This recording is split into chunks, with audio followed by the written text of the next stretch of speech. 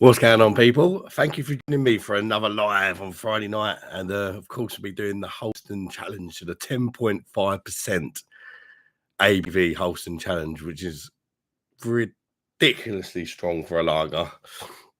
I've got it right here ready, but I did schedule it for quarter 2, and I'm a little bit early, so I'm going to wait till quarter 2 before I crack that open.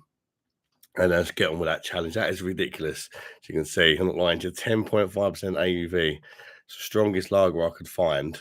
So I thought I'd test myself and add a few hairs to the old chest collection. So that is bloody strong. Let me know if you've tried this particular beer, guys. Because I'm not expecting it to be great at all. I'm not a fan of these super strength lagers. And that is just crazy. I mean, when you think...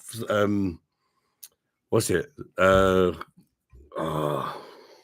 What's that? The well-known one called Carlsberg, not Export.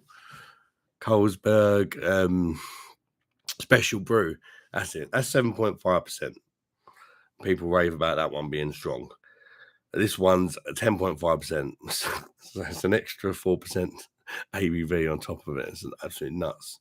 Was that 3%? 3%. God damn, my maths is terrible, isn't it? So yeah, while we wait for a few people hopefully to join and for it to get to the 8:45, which is what time I said I would start streaming, I'm gonna have a Steinhauser just to warm me up a bit. Jamie Watton says, "All right, mate, how you doing, bud? Thanks for joining, mate. Yeah, Friday is among us. Chill out and have a beer with me, mate, and look forward to watching me suffer drinking that 10.5% Holsten." I mean, some people may be able to put stuff like that away all day long. I don't know, but that is strong for me. And the can is black as well. It even looks evil, doesn't it? It looks evil. Same as that. I think I did one called Carpacci. That was the same kind of strength as this bad boy. What are you up to, Jamie? You having a drink tonight, or are you just chilling out? If you have 4 people in there, hi guys, thanks for joining. And let me know what you're drinking. Is that a cider? No, it's not a cider, mate. It's Holsten. No, it's a lager. They normally make the same guys who make Holsten Pure, but this is their down and out tramp's piss version, I suppose, coming in at 10.5% ABV, which is absolutely nuts. And I'm going to give that a live review about quarter 2. And to make it a challenge, I've got to drink the whole bloody can. And it's not even a small can. It's not even a normal 440ml can. It's a 500ml can. So, yeah, that's going to be a challenge. Right. Right, Tyler? Yeah. Yeah, that should be a challenge. Tyler says hello. Right, go on, mate. Go in front of them there, mate, please. Yeah. Because I don't know what it is with having the kids on, but YouTube doesn't seem to like it. And you know what kids are like. They won't listen with age. They'll come out and say hello, and that's fine. But it's either the kids or talking about certain subjects, like the thing that a lot of people got stuff put in their arm for. I don't think YouTube like it because they keep demonetizing my lives. So it's either one or the other. It'd be handy if they told me why, because then I just wouldn't do it. Do you know what I mean? Is that so? I've only gotten from work. I'm having a beer at the minute. Yeah, this is my first beer of the day. I've just poured it. It's not that. It's a Steinhauser, this one. The kids do their judo on a Friday, and me and Mrs. popped to Aldi's and Home Bargains and get some cheap drinks in for the weekend.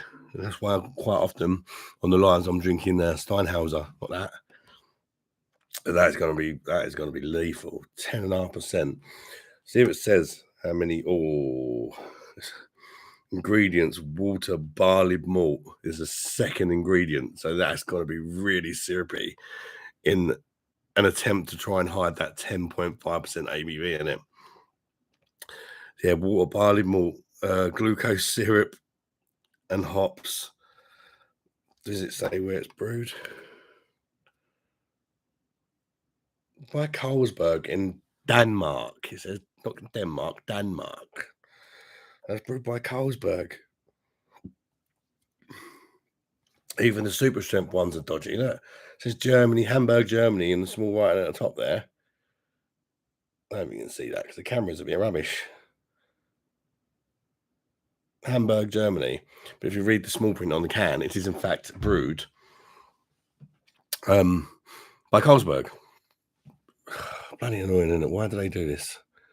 Why do they do it to us, guys? I'll never go. Never gonna try that.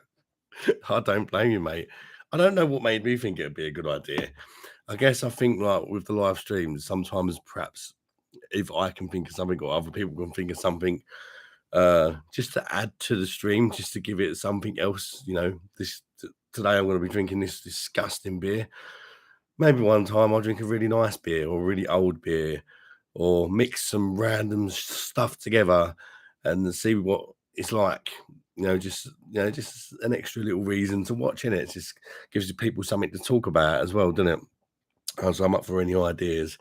How much was that can?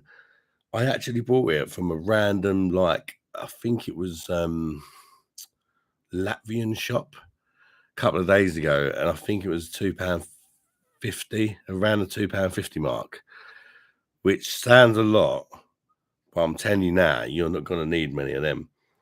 I don't know how many units are in it. It doesn't actually say, because it's not abiding by the UK laws or whatever. But at 10.5% ABV, I mean, that's serious business, that one, isn't it? Definitely going to put a few hairs on the old breast collection. KF says, cheers, mate. Thanks for joining. Hope you have a good weekend, mate. Are you having a drink tonight, KF? If so, what are you drinking, mate? What are you up to? Any plans for the weekend, people? Jamie Watton, £2.50 for a can. It's gonna knock you out. Yeah. A good one to have before bed if you have trouble sleeping. Just get a can of that. I dread to think what it's gonna taste like. I don't know why. Just looking at the can and the percentage, I'm thinking it might taste like diesel or something. Petrol. That's absolutely nuts, isn't it? I'm still not 100% better, so you never know. Whatever it is left inside, this might clear it up, mightn't it? But I'm expecting that to burn on the way down as well at that ABV. Because let's face it, it's not going to be using the finest ingredients, is it? There's just going to be loads of syrup in that to make it really strong. KF, would you try a can of this Holsten Strong?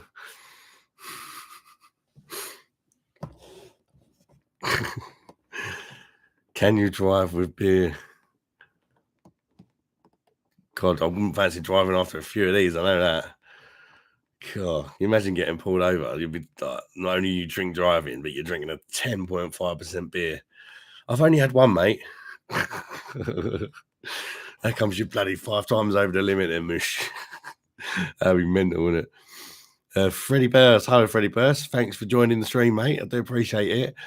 Just walking back from the shop, funny enough, you've got 3 pint-sized meal cans of pills, or the normal sensible Holzen pills, which is actually rather nice. Yeah, I'm jealous. That's what I can say. Well, at the minute, I'm on a Steinhauser. I'm not drinking that yet. I'm not cracking it open till 8:45 because that's what time I was supposed to be streaming.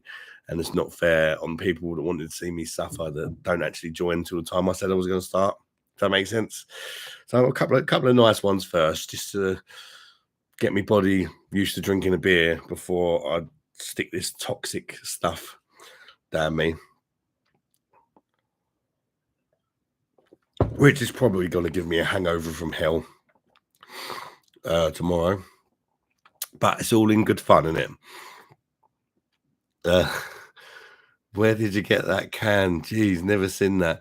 Yeah, Freddie, I've never seen it before either. That's why, I didn't plan to do this on the live. I just see it that in a random Latvian shop. I go in all the random kind of like foreign-looking shops that you'd never think to go in, just because they're going to sell beers that I've not tried before. And I do actually find it hard to find beers to review that you just find out about down the high streets and that I've not reviewed. So I've done so many now. So these little like foreign shops are a little gem for me because I always find stuff in there. And I see this, and I thought, what the bloody hell is that? And I couldn't believe it when I see the ABV big and bold on the front, 10.5%. That's, you could run a car off that shit. That is absolutely mental, isn't it? Absolutely crazy. And I just thought I've got to have to try it to review it. I've never seen it before. But you never know. I quite like normal Holsten pills. You know, the one you're drinking, Freddie. I quite like that, but I can't see me liking this. But it'd be fun to try. And you don't know. It might be absolutely lovely, mightn't it? I reckon there's about a 0.1% chance it's absolutely lovely.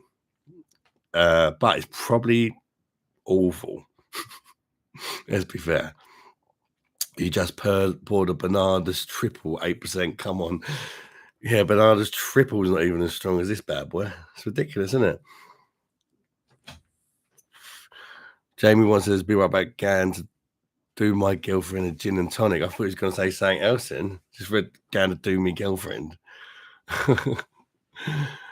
Be a bit strong for me, though, but fair play. Yeah, I mean, it's a bit strong for me, mate. I'm not going to lie. That's why it's a challenge. I mean, that's ridiculous. At least, like, other beers that are this sort of strength, like Paul's saying he's drinking a St. Bernardus triple, which comes in at 8%. I mean, that's no joke either. But it's probably going to be absolutely amazing. In fact, I know it's amazing because I've had it. Where this, on the other hand, is going to be absolutely dreadful. You all right, Ace? Just kind of get the kids from judo.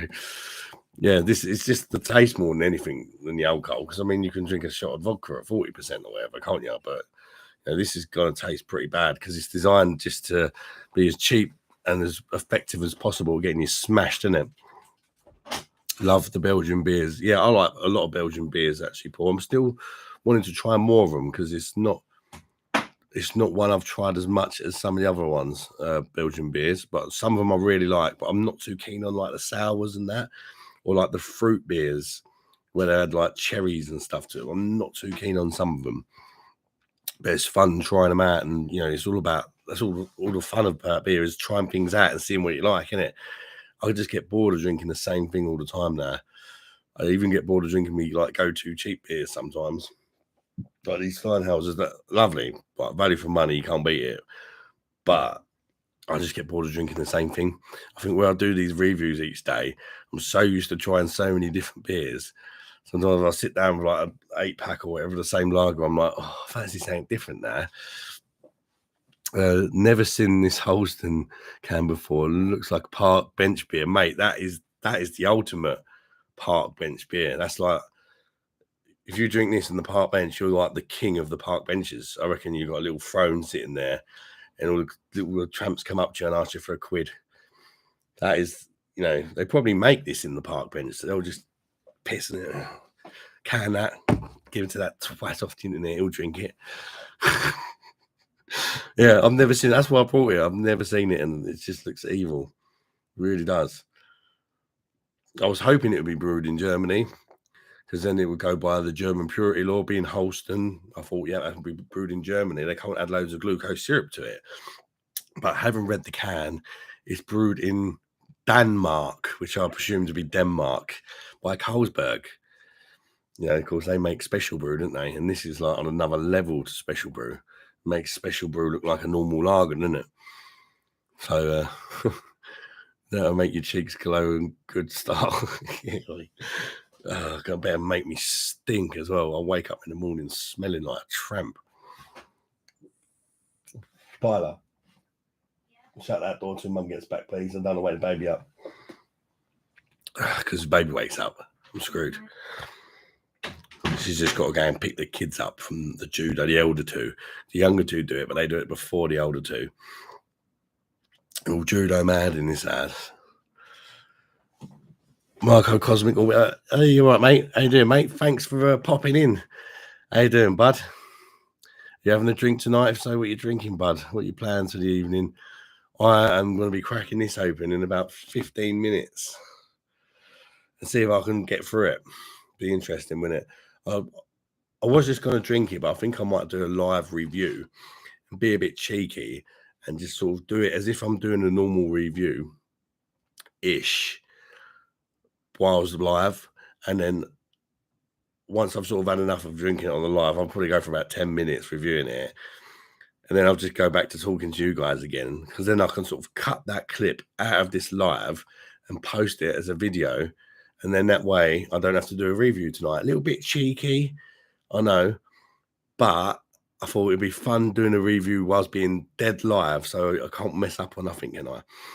And also, yeah, it gives me extra content to put out there. It was actually suggested by my son, because normally when I do lives, I don't post a video the next day because I've done the live. I haven't had time to do the review, have I? Yeah, I'm still a little bit rough. You can hear it in me throat. I'm still got that coughing going on, but I'm coughing way less often now. I'm drinking Budvar first can at the moment. Lovely, mate. Freddie Burst.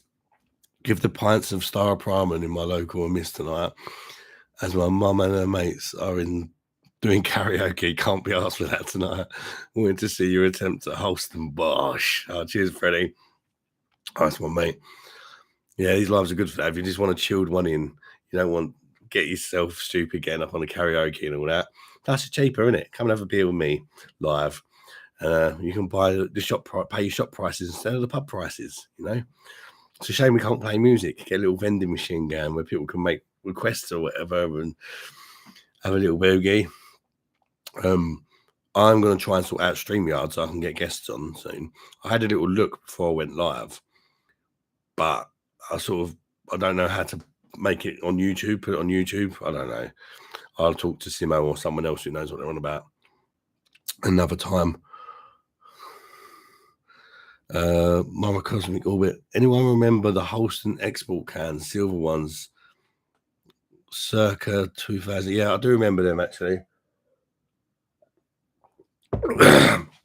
Michael Slocum. Yo, Adam, it's bit on 2:00. Michael, was it you 2 weeks ago who done a chat thing in Real Wild Craft Beers live and said it's beer monster o'clock? Because I was watching it back and I couldn't see the chat, but somebody told me it was you, I think, or I might be up the wrong person. But I was watching it back and I just heard Simon chat out, it's beer monster o'clock. And I went back in, sort of rewinded it, and it was like, I think it confused him. He had a look on his face like, why is someone saying beer monster o'clock on this is my life? Yeah, it was me.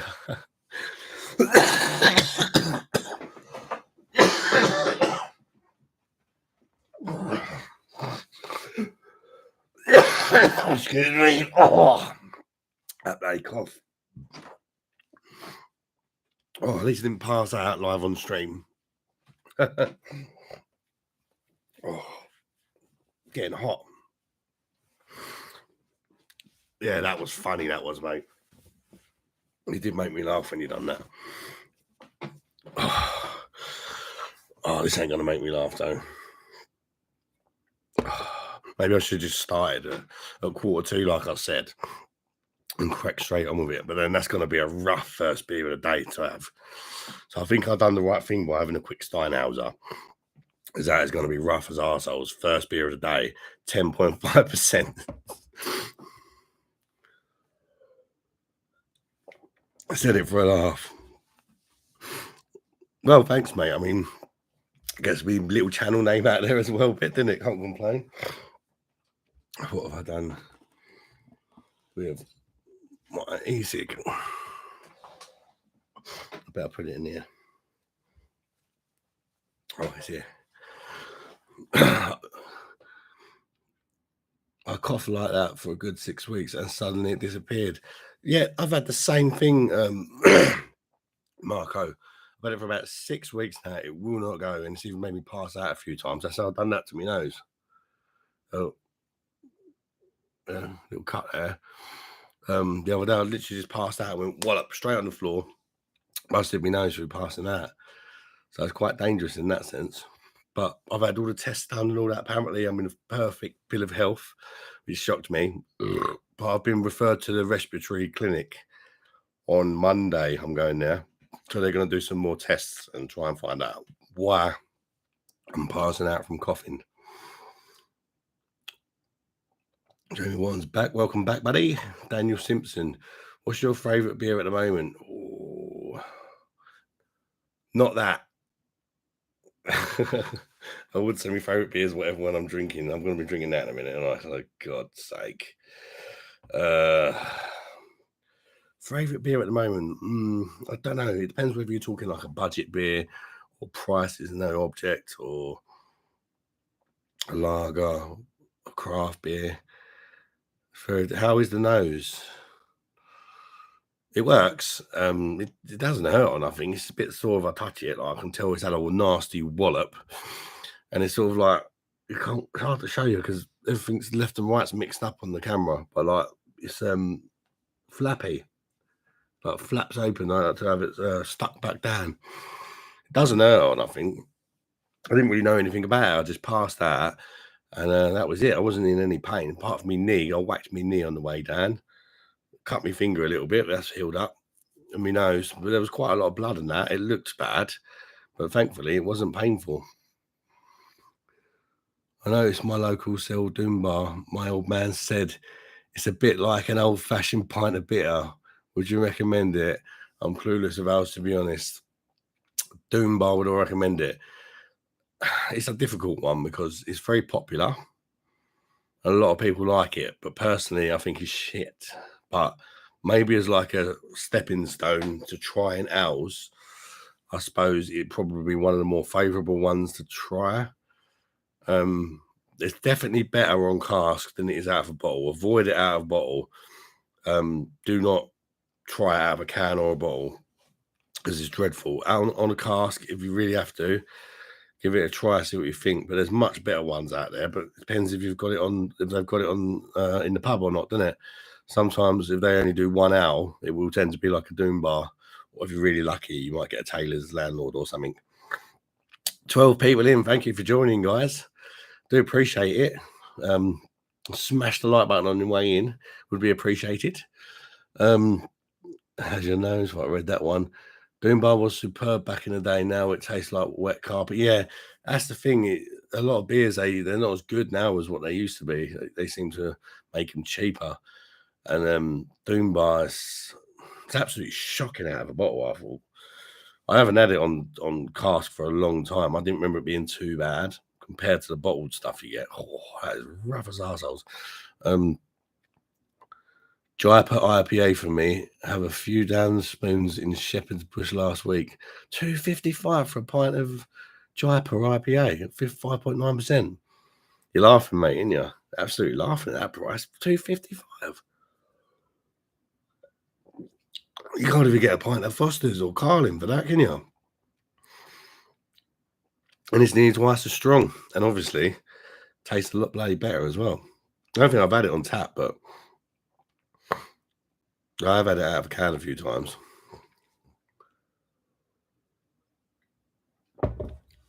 Jamie Woodson, I hope it goes well on Monday for you, mate. Thanks, mate. I do appreciate that. I just want to know what's wrong with me so that I can just crack on with my life because it's really bothering me as such as like I'm a bit worried to go out by myself because most days I'm passing out at least once or getting really close to the mark where I pass out enough to sort of knock me off my feet, although I'm still conscious, if you know what I mean. So, you know, being a big guy and that, I don't just want to walk down the street, crack, and hit my head on the curb or something, you know. So, and that from that sense, it's rather concerning, but you just got to carry on, and you know, if it happens, it happens. Well, what can you do when you're just been told to go home and get on with it? When you've got kids in that, you can't just do nothing, can you? You got to carry on the best you can. But yeah, I hope just to find out what's going on, and hopefully it's nothing serious. Take this tablet, mate, or you know, whatever, and it'll sort itself out. Let's hope so. I can drink 10.5% ABV beer. It's what pissheads drink. I can't. Oh, you can't drink it. Yeah, that's absolutely mental, isn't it? Yeah, that's pure park bench material. That one. That's like the ultimate park bencher. As I was saying earlier, special brew, which is like, you know, the original gangster of the park bench beers is 7.5%. I mean, this makes that look like a fucking shandy, doesn't it? At 10.5%, that is absolutely nuts. You can get beers at that percent, which are really nice, Belgian triples and stuff like that, or imperial stouts, but this ain't that. This is pure crap. It's gonna be bad. I know it's gonna be bad. I'll be shocked if I like it. In fact, I hope I don't like it, because that's not the sort of thing you want to get into drinking, really, is it? 10.5% beer. My mates come around for a barbie. Yeah, have a can of that, mate. Just stick it in a glass. Just tell them it. Don't tell them how strong it is. I'm sure as soon as they take a sip, they'll be like, "What is that? Is that coming out my car tank?" Doom Bar doesn't get me pissed. Yeah, Doom Bar's not very strong either, is it?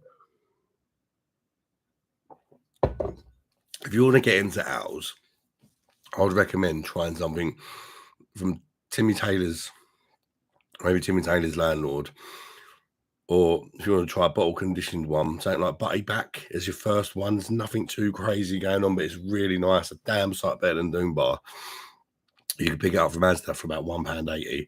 Bottle conditioned, really nice mouthfeel, good beer. Paul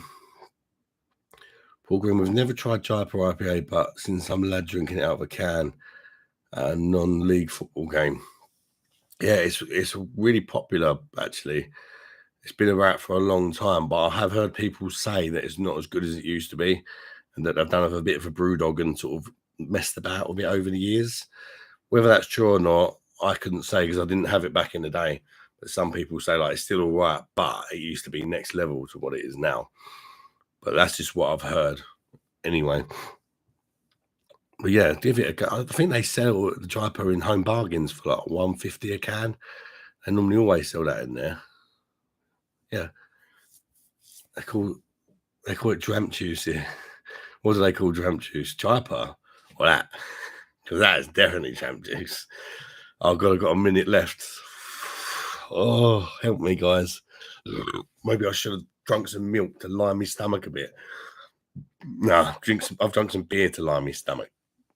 Right, so I'm going to go in as if I'm doing a review for about 10 minutes, guys, and then we'll be back to answer your questions. But I'm just going to be sat here, and I'm going to pretend I'm just turning on the camera and doing a review for about the next 10 minutes. And then once I've tried a few sips of the beer, I'll just be like, yeah, and then come back to you and drink the rest of it. But I have to drink the whole can, but not during the quick review. Right. Pretend you don't watch. I've got to try not to watch the comments and that. Right. 3, 2, 1, action. Hello, everybody. Thank you muchly for joining me for another beer review. It's Beer Monster O'Clock. And today I'm going to be drinking something a little bit different. Looks like it would be the sort of thing you'd find on the park bench with people drinking, because it comes in a whopping, absolutely disgustingly high 10.5% ABV. As you can see, the can looks evil. It's black. It's called Holsten Strong 10.5% ABV. As you can see, it's a 500ml can as well. So it's not even a small can. It's a massive can of ridiculously strong tramp juice, as some people may call it. I'd sort of see it's Holsten. I thought, well, this is going to be made by the German purity law, so there won't be loads of syrup in that added to the beer. And then I read the can closer. It is in fact brewed in Denmark by Carlsberg. You know, people who make special brew. And this makes that look weak in comparison. That's 7.5%. This is 10.5. So yeah, I'm sure it's going to be absolutely lovely. The price point on this one was £2.49 in a random little Latvian shop. That's the first time I've ever seen it, and I didn't want to miss out on an opportunity to try it. And also, I just thought it'd spice up the live stream as well, because I'm doing this review live, so I will upload it. You know, people will be watching live, and I will also upload it live. Anyway, let's crack her open and get on with it, shall we? And see what it looks like. Is it going to come out black and look like a Guinness or something with devil horns on it? Oh, there we go. Let's get her in the glass. It's not black. It's weird because the camera's up. Doing it on my PC, the camera's in a different place. It's so weird. But I'm trying my best. It's all a bit of fun at the end of the day, isn't it? Here we go. There's the beer in the glass. Hold it up to the camera. To be fair, it don't look too bad, does it? I can't lie. Doesn't look too bad. It's like a dark amber golden color. decent sized head, considering it's 10.5% ABV. The ABV does kill heads when it goes over about 8%. It tends to affect the head. And it's hanging on for now. Steady levels of carbonation, nothing too mad, but we don't have a nucleated glass here. We just got a normal glass. I'd say medium levels of carbonation. Right, let's get the nose in there and check out the aromas of this tramp's piss. Will it smell like tramp's piss, or will it actually smell like a nice Belgian triple and make me nipples go erect? Let's find out. It smells very sweet. Oh, a bit on my nose as well. Oh. Yeah, it smells malty and sweet and really artificial, like crazy. Like I think it's a glucose syrup. I think they've just put a ton of glucose syrup in this to make the beer stronger. And they're not going to care what it tastes like. They just try to get as much ABV out of this beer as possible. They don't care what it tastes like. They just want to get you smashed off your tits for as cheap as possible. And they want to make that ultimate tramp's piss when they come up with this one. And let's see if it is the absolute ultimate tramp's piss. I'm going to give it a quick review. And then if you want to see me drink the whole thing, you'll have to tune into me live. And if you're already watching me live, you'll know what I mean anyway. The others might not. Anyway, cheers, everybody. Bosh. Would say Prost if you're German, but this is not German. It's Danish. And I don't know how to say cheers in Danish. So I'm just going to go for it. Oh, wish me luck, for Christ's sake.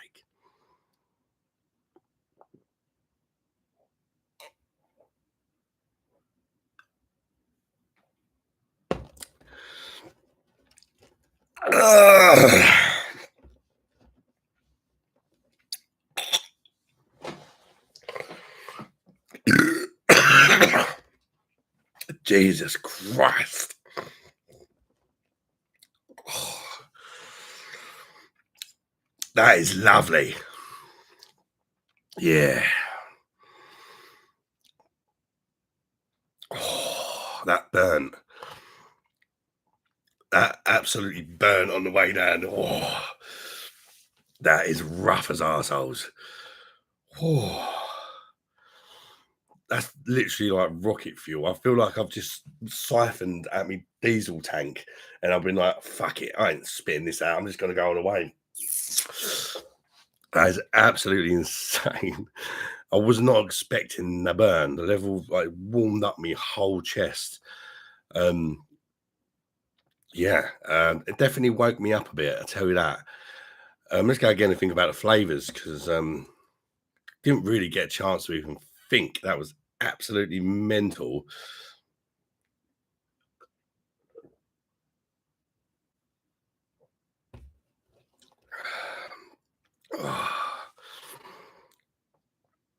Sweetness overload. There is so much glucose syrup in that. It's absolutely mental. But I think it needs it to cover up the taste of the tramp's piss. Like that is, how could anybody enjoy drinking that? I don't know. Why would anybody even buy it? Why did I buy it? I don't know, but it's made for an interesting challenge slash beer review. I can't really say I'm picking up that much flavors apart from malt. There's a sweet malt. There's a crap loads of additives, glucose syrup being the main one, and it tastes like pure alcohol. Like there's a name for it. It's gone from my head. It's probably the 10.5% ABV hitting me, but there's asphenol or something. Well, it's gone from my head.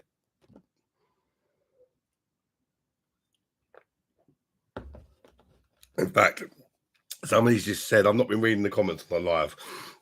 Somebody just said car petrol will taste better. I don't think you're wrong, mate, to be honest with you. Although I will say, believe it or not, I've had worse super strength beer. I've had one called Karpacki. No, it's not racist. It's the name of a Polish super strength beer. That's 9% ABV. I think that was probably worse because that just built and built and built. But then I think, well, I attacked this one quite aggressively. I think that was probably the best thing to do, because I think if I'd have just had a little sip on that first mouthfeel, I think I would have feared the beer. I would have been like, oh, fuck having some more of that. But I just sort of went in there and took it head on, and get rid of it nice and quick so I can go back to a normal beer. But I reckon even just after one of these beers, in about half an hour, I'm going to feel a little bit lightheaded, because that is, I mean, obviously I've drunk that insanely fast.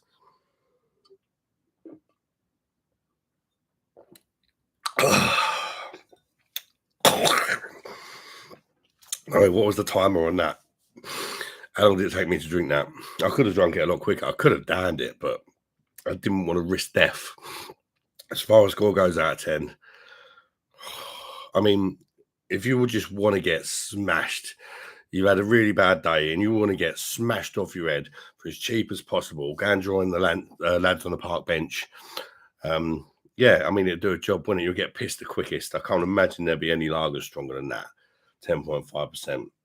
I can literally feel the hairs on my nipples coming through and my balls, because that's just crazily strong. I'll give it a 5 out of 10 though, because it's like fucking rocket fuel, mate. I tell you, it doesn't taste as bad as I thought it was going to taste, actually, and I definitely think I've tried worse ones. This was more along the lines of like a Kestrel, which I've also reviewed, which I didn't think was that bad. This is more like that, but stronger. Yeah, and nothing can prepare you for that warmth as it goes down. Anyway, thanks for tuning in, guys. I'm not really leaving of you live. I'm just wrapping up the beer review. 5 out of 10 from the Beer Monster. Till the next one. Bye-bye, darlings. Right. I'm back, guys. Yeah, I was not expecting to have drunk it that quick, but I set myself the challenge and I thought, let's go for it. In fact, I was going to sort of sip away at it, and I think I just glimpsed one of the comments as I was about to try it saying, "Down it," and I thought, you know what, I'm going to try. And then I could have actually downed it. I'm not just saying it. I could have downed it, but then I actually thought, no, I'm not going to, because that's very strong. That's a lot of units just to down, literally like that. And I'll probably have to end the live, wouldn't I? So I thought I'd take my time with it a bit, if you can call that taking any time. Well, let's catch up with some of these comments, guys. Thanks for staying with me, actually. I hope you enjoyed that little review. Challenge complete, that's what I can say. And I'm looking forward to about half hour's time, because I'm definitely going to get a buzz from that. Pretty sure. In fact, I can feel it a little bit already. I'm not even going to lie. And I can feel it. And I've got quite a high tolerance to alcohol, but I can definitely feel that already. Where was we on the comments? Can get in home bargains today. Saw it. Oh, that's a Jaipur. A quick jump juice. Yeah. Freddie Burr said, "I've been seeing your salt craft beers lately, and got to say they do look nice. We'll have to get a can. Where'd you get them? I'll get them from Asda, or you get them from Morrison's. Any of the supermarkets, I think. But the salt beers, Freddie, are very nice. I'm not a massive craft beer person, but I do really like the salt beers. I find them consistently good. I don't have a great deal of cash, so if I'm buying a beer, I like to think there's going to be a good chance I'm going to like it. I seem to be able to always enjoy their beers, whereas when I start mixing with different breweries and that, a lot of them add a load of rubbish to their craft beers and stuff, and I just don't enjoy that. Their beers all seem to be consistently good. I've never brought one and thought, well, I just wasted £3 on that. So, yeah, whenever I see anything new by them, I always pick it up, and I recommend it to you, mate. Maracosmic Orbit, Kestrel Special Brew, Cider, Tenant Super, lol. Yeah, that tasted like all of them in mine, I think, mate. That was absolutely mental, I tell you. Maybe I should have downed it. I should have just downed it. Definitely could have downed it. Try Adnan's Broadside in winter time, 6.3%, and I think it's in the 4 for 7 at Sainsbury's. I actually almost picked that up today, Marco, because I've not reviewed it yet. I thought I had, but I don't think I've reviewed it yet. And it caught my eye in Asda. So I might have to give that a go. Terrific beer. I do like them kind of beers in the winter as well. They're nice and warming, aren't they? And comforting and stuff. Kestrel except tramp juice. Yeah, a lot of people say that Kestrel is the best tramp juice beer in the tramp juice category, so to speak. German central heating is on. Good luck on this can. It must be just before I done that. Oh, down in one. There you go. That's the comment I see. Just as I was about to drink the beer, and I thought, shall I? And I was contemplating in my head, and I thought, no, I'm not going to down it, even though I could. It doesn't mean you should, does it? Brave man, Marco says, oh, stupid man, good luck. I needed it. Jamie Watton laughs and then brooks up. Brilliant. You'll suffer for your art. Yeah, I'm sure I probably will. Is it nice? Car petrol beer. Yeah, they've got it to taste like car petrol beer, I'll tell you that, mate. Freddie just laughs. Complete crap. No wonder they used to sponsor Spurs. Hey, get in there with a Spurs dig, mate. Quality, Marco. You'll be in bed by 9:30, Jamie says. Yeah, 9:30. She's going to go whack. Good night, guys. Will you get it again? Will you get it again? Will I buy that again? You know what? I'd say no, but maybe for a laugh, if it was like and again, like a challenge video, or I certainly wouldn't buy it regularly, and I don't think anybody should buy it regularly because it's ridiculously strong. But say it was just for a laugh with a mate or something, I see it like more of that kind of thing. Yeah, it's not particularly nice, but it's not as bad as I thought it was going to be. But I prefer to sort of drink something a bit more sessionable, shall we say, so I can drink for a long time and slowly sort of get myself merry, get to the stage where I'm merry and just stay there. That's what I like to do. Whereas 10.5%, I'll end up just getting drunk and stupid, which is why I was sort of something like that. 4.6. It seems like weasel piss in comparison, doesn't it? 4.7% ABV. I mean, that's probably considered a fairly strong lager compared to that one I just drunk. It's weasel piss, isn't it? But it tastes a lot better. Complete crap. No wonder they used to spell. Oh yeah, you'll be in bed. Oh, Linda Sheehan, that's my mum. You be careful. Oh, mum's coming in and told me off. And I am, mum. No, I'm only having one. It was just to add a bit of spice to the live stream. Give people something to talk about, and it's nice to set a little challenge in it. It's not like I'm not doing a how many of them can I drink, because that would be, I can understand you saying being careful then.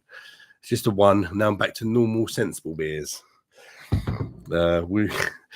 You're so funny. I love it. Cheers, Michael. Appreciate that, mate. Steve Rothwell. What's the next drink? Lol. Definitely nothing 10.5%, mate. Jesus Christ.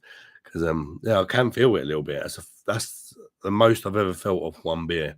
You notice I've not even poured another beer yet, because I'm just sort of waiting just for it to settle a little bit.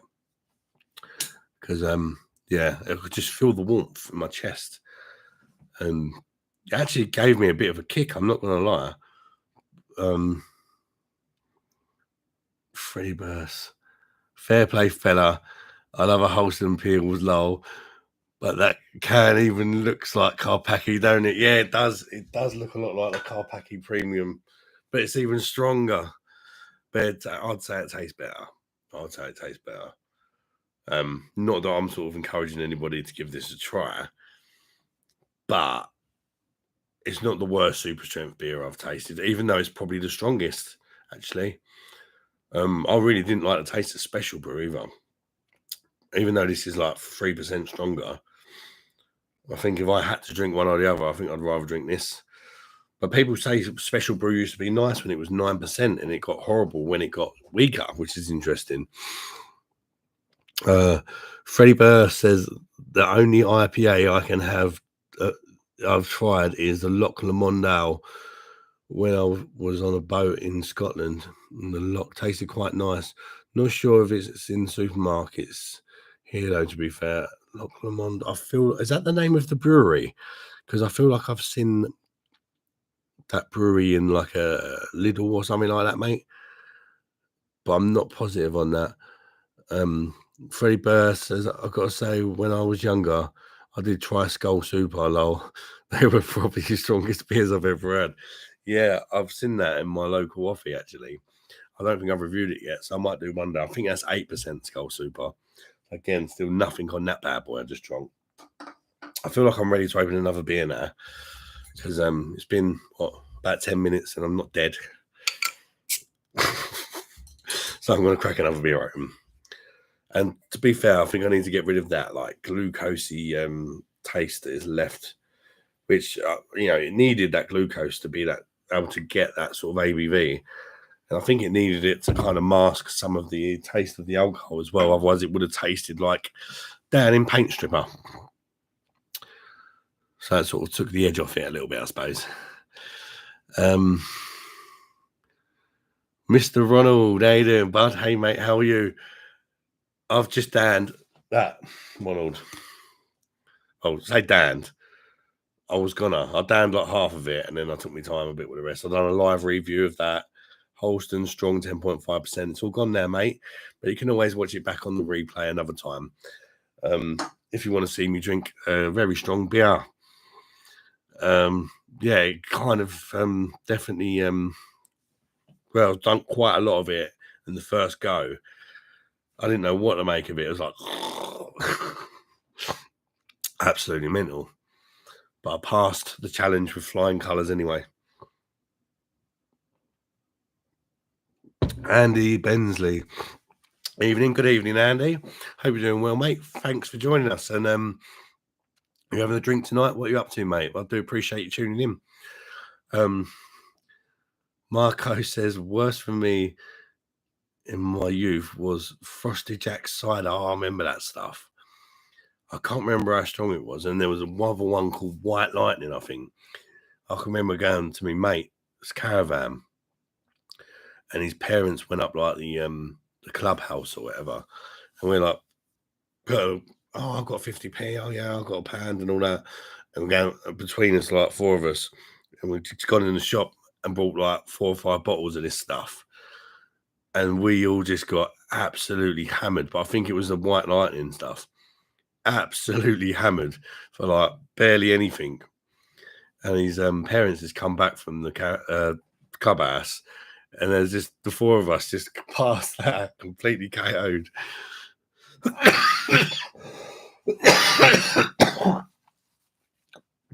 Oh, excuse me. So the cough's still there. Wasn't too bad that time now. Proper Job is nice IPA, always in stock. And little Proper Job is proper. It's definitely got the right name. I really like that beer. That was one of the first beers I reviewed. I've recently gone back to it, but I actually like it more now than when I first reviewed it. And it's one of them beers where no matter how many beers I try, it still hits the spot. Sometimes when you've tried hundreds of beers, you go back to some of the beers you tried at the start and you think, oh, that's not as good as I remember. But Proper Job is consistently good whenever I've gone back to have it. And it is one of the beers that I drink quite regularly that I've reviewed.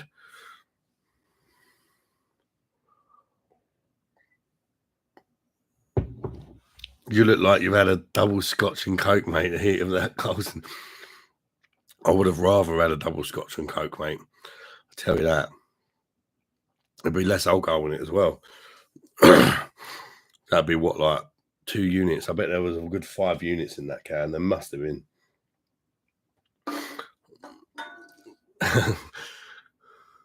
Mr. Ronald, sorry I missed that one, mate. Nah, that's all right, bud. I mean, it was just a little challenge I did on the stream to, 1, make it interesting, and 2, my son actually suggested to me, 18-year-old son, who's he doesn't live with me, but he said, Dad, because when I go live, I don't upload a video the next day. He said, why don't you do a live review while you're live and just do the review as if you normally do it, but while actually live in front of your subscribers, and then you can sort of cut that review out, which I will do hopefully, and put it up as a separate review video as well. So hopefully, even the next few days, I'll sort of edit it out and put it up as its own separate video. That's how I tried to do it. I was trying not to engage with anybody and just reviewing it as if it was a normal beer, but it certainly wasn't a normal beer. But it was definitely fun trying anyway, and I'm definitely feeling it a bit now. Andy is doing well, mate. Thanks for the 4 line, bro. That's a lovely beer. On your second Frankie, was that Franziska? Was that the normal one or the Frankie Ruby? Oh, I just burped and it tasted like syrup. It's from that.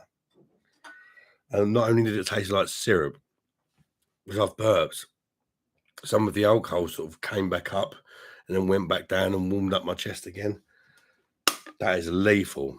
That is absolutely lethal, that stuff.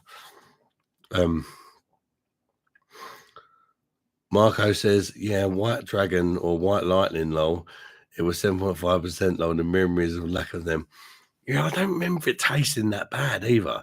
That's the thing with ciders. They can easily get you because they're made out of bloody apples, aren't they? So they got a really good habit of hiding the alcohol content. I've done one the other day. It's a vintage cider that I got from Home Bargains. It's like 7.5% roughly, about £1.50 a bottle. So easy to drink, really nice cider. But if you had like 4 or 5 bottles of it in the fridge, you could easily smash them in a couple of hours and you'd probably get well drunk. And you'd never really even know you was ever drinking alcohol because it just tastes like apple juice. Or, well, for me, it tastes more like apple pie filling or something like that particular cider anyway. Freddie Burst, love the Star Glass. I'm using mine for my normal Holsten. Yeah, why not, mate? I'm not drinking the Star Apartment. I'm drinking Steinhauser, a German. You probably heard me say about it before on the channel, but just in case anybody don't know, it's a stumpy bottle from Aldi. 6 for a fiver. It's 4.7%. It's brewed by the German Purity Law, and it's absolutely fantastic lager. That very, very, very good lager. Very reasonable price as well. And I've also picked up some, like I normally do. I've got 6 bottles of that. I've got 4 Rheinbackers, a slightly cheaper one from Aldi, also brewed by German Purity Law. And I've also got some Asda Pilsner, which used to be 5%, is now 4.6%. I picked up 4 cans of that for £3.33, rather random from Asda. And I think in the next few days, I might put it up against the Rheinbacker to see what is the ultimate cheap beer. You know, I won't put the Steinhauser in there because I think where they're stubby bottles, I don't think 6 for a fiver is particularly cheap. It is cheap, but it's not like super ultimate. I'm really poor and I want to have a decent beer cheap. Whereas I think the Asda Pilsner 500ml can and the Rheinbacker 500ml can for less than £3.50 for 4 500ml cans, they're like dirt cheap, and they're, I would say, better than drinking all your macro stuff over here. It's like your Stellas, your Fosters, all the fake ones. Get yourself to Aldi's, and I will always bang on about that because I really believe in it. And I don't like people. I don't like getting mugged off, and I don't like people getting mugged off drinking all these beers. They think they're cool because they see the adverts. Probably the best lager in the world, Australia's finest, and this, that, and it's all a load of crap. King of beers, Budweiser. Piss off. They're all shit, and so yeah, I would rather people drink the stuff in Aldi. Like myself, since I've discovered it, I don't touch none of that now. If I can possibly avoid it, if I have to, and I have to go to one of my local shops, and I can't always get to Aldi because it's a bit further away. If I have to, I will. But if I can possibly avoid it, I won't drink none of that shit. Loving the start. Andy Bensley. Remember Special Red Cider? That was from my youth with a mini dog. 2020. Oh, I remember 2020. Michael Slocum. You seen the new Foster's beer? Even worse than the original one. It's 3%. Oh, I've seen it. It's not even a beer, is it? It's fucking shandy. Well, it's a Radler. Yeah, I see it and I walked straight past it and I thought, never you. I mean, I could have reviewed it, but they only sold it in a 4-pack. And sort of a rule for me, if I'm 99% sure I'm not going to like something, I don't want 4 cans of it. Because, yeah, at the end of the day, yeah, I'll review beers, but I'm still on a budget at the end of the day. And you make very little back from YouTube for the beers you review. Unless it gets a couple of thousand views, you don't make your money back even on the beer. So if it's something like Foster's, you know you're not going to, well, to be fair, you're probably quite likely to make your money back on something like that because people love a shit beer, don't they? Standard Little Frankie. Oh, is that the actual Little Franciscana, or is that the Little Patronus? Patronus, the Lidl do their own version called Patronus, don't they? Which is also nice.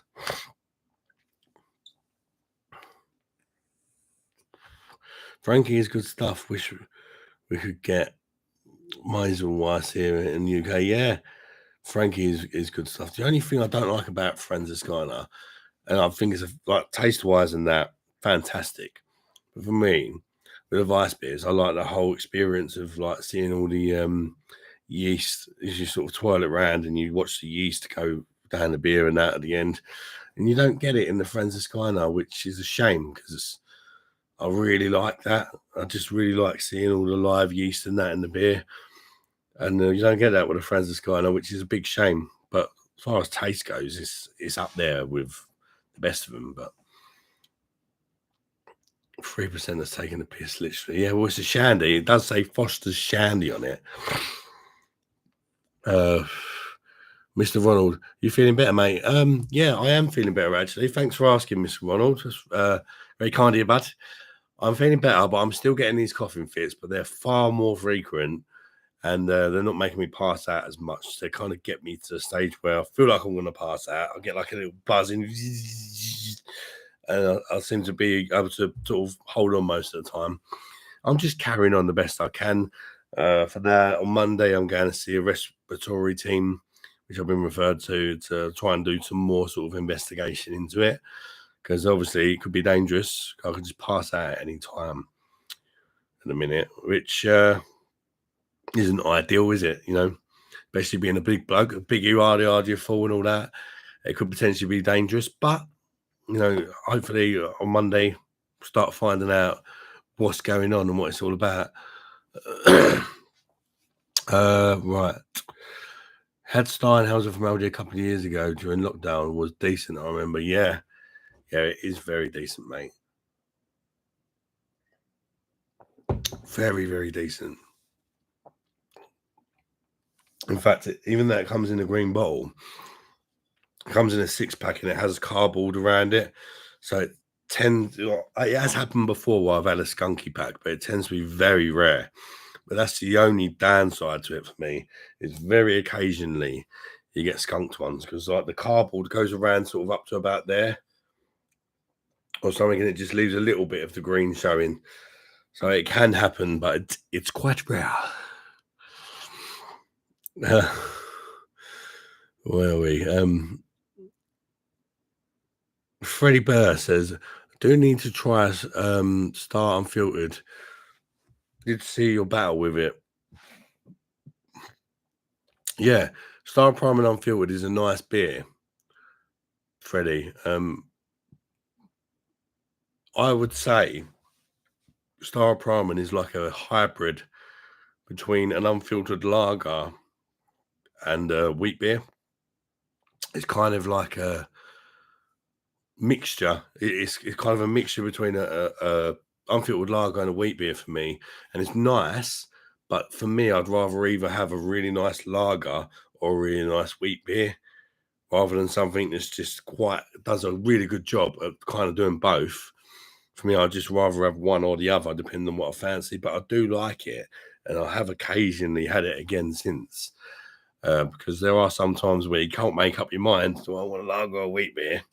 It's perfect for that. So for me, it does have a place, but it's not something I buy often. It's maybe like once or twice every couple of months, jobby. Mako says, my office gives me 4 times 500ml Budvar for a fiver. So it's basic fridge filler at that price. Yeah, mate. Why not, eh? At that price. Not a bad little fridge filler Budvar, is it? I do like Budvar. I just get frustrated with the pour sometimes. Sometimes I find I buy it, it's lovely, perfect, one of my favourites, and then sometimes I find it's flat. I'm not quite sure why. Starnfield is lovely, yeah. It is a nice beer, mate.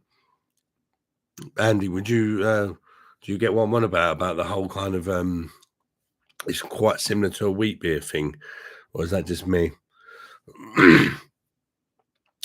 Do it need to try that as the Pilsner one too. Yeah, I mean, Freddie, as long as you go into it knowing that you are trying literally a supermarket's. I'll show you it.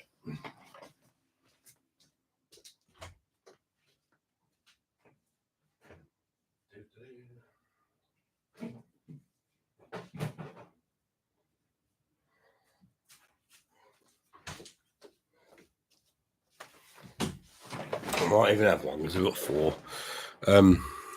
As the Pilsner, it looks like that.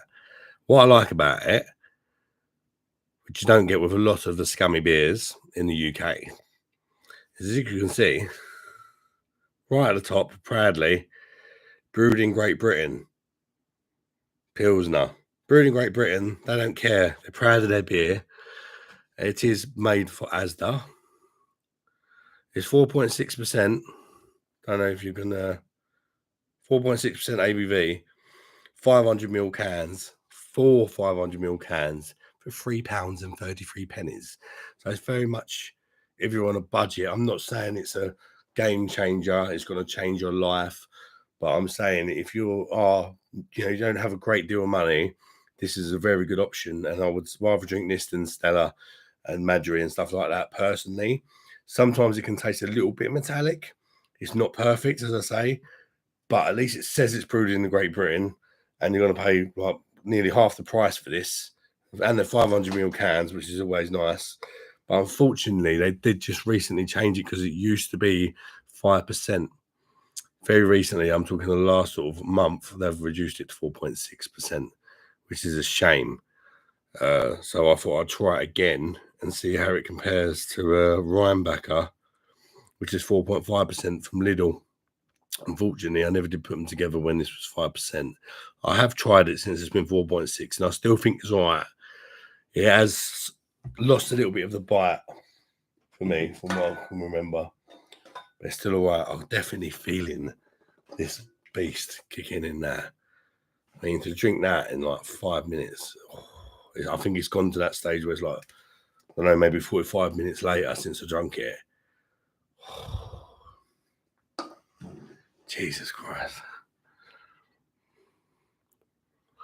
Definitely, like, it's weird drinking one beer and feeling like you've had 5. Because not only is it 10.5% ABV, I've drunk it very quick. So I feel like I'm at the 5 beer mark after one beer. To be honest with you, that's what it feels like drinking that. Which is still all right, you know.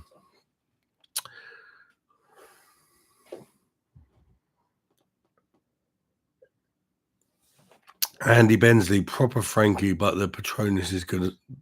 It's good though, yeah. It is good. Although, like everything, it's gone up a bit in price, and it's not quite as worth it as it used to be. A bit like the Aldi Weiss beer. The price is getting closer and closer to the real thing, which kind of makes you think, fuck it, I'll just buy the real thing, doesn't it? Because I'm not really saving any money. Can get the yeast experience in the Vine Stefani. Yeah, that's what I mean. What you want about there, Marco? I like the whole experience of seeing the yeast and that come out, which unfortunately you don't get with the Frankie, which is my only negative with it. But as far as taste goes in that, I think it's absolutely spot on. In fact, like my brother, he's a lager drinker. He only used to drink sort of lagers like me before I started my channel. And he said, bring a few beers down, bro. Broaden my horizons and just bring like a few different styles down or whatever to try and get me into different beers that are not macro lagers, as you say, or whatever. So I brought a few some craft beers down for him. One of the things I brought down for him was a bottle of Frankie, and he absolutely loved that. and it's now his like go-to most favourite beer. He said it's the best beer he's ever had, Franziskaner, and it was his first time trying a Weiss beer. Because he always just stuck to like lagers, you know, like your Fosters, Heinekens, things like that, you know. Looks like I've got a staple in my nose, doesn't it?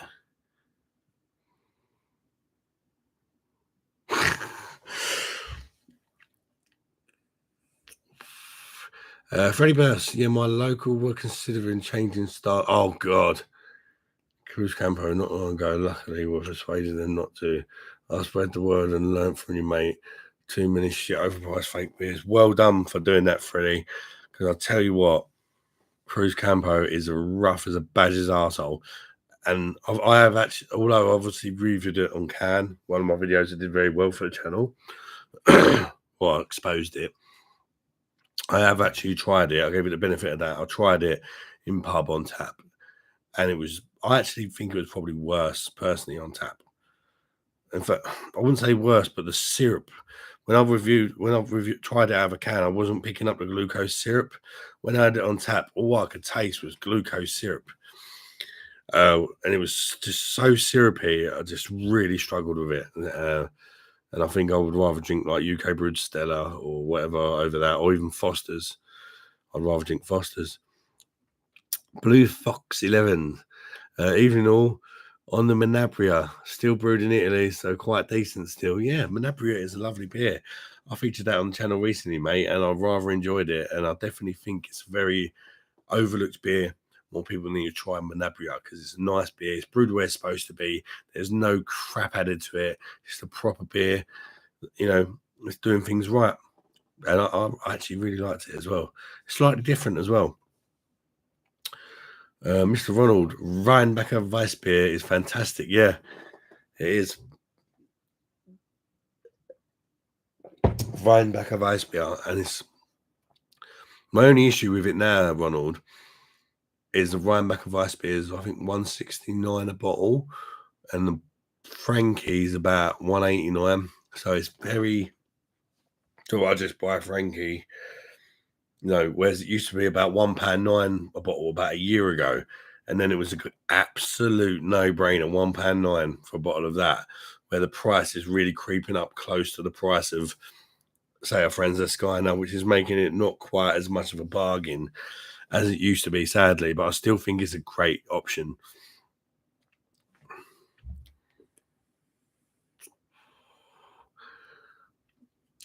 Freddie Burst, do love a bottle of Corona. Maybe Sol versus Corona would be a good battle. They're very similar. Corona has been changed in the UK, unfortunately. It's another victim to the being brewed in the UK instead of where it's supposed to be. I've not tried Sol.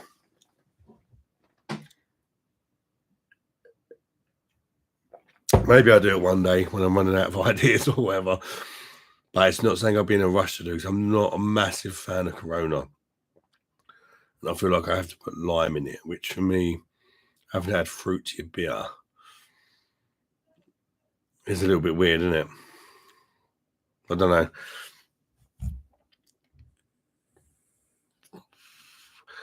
Mr. Ronald, I've gone off Budvar. It's not great. Disappointed with the pour every time.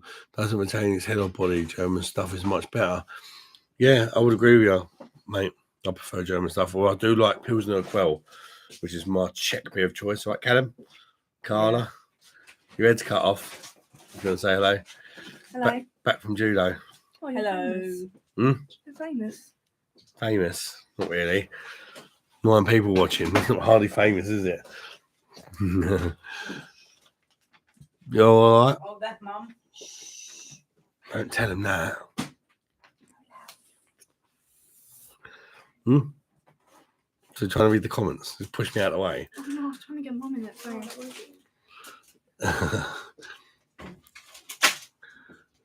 Gate, talk about gate crashed alive. Marco says, Ronald, I think Budvar are pumping so much out nowadays. It was better a few years ago. It's true, but in cans here in London, it tends to be fresh and taste decent. That's one of the issues with Budvar, is it's very inconsistent. when you get a good batch, you know you get a good batch. Put it that way, but more often than not, nowadays, I tend to find you get a bad batch. That might just be me. You right, Layla? Yeah.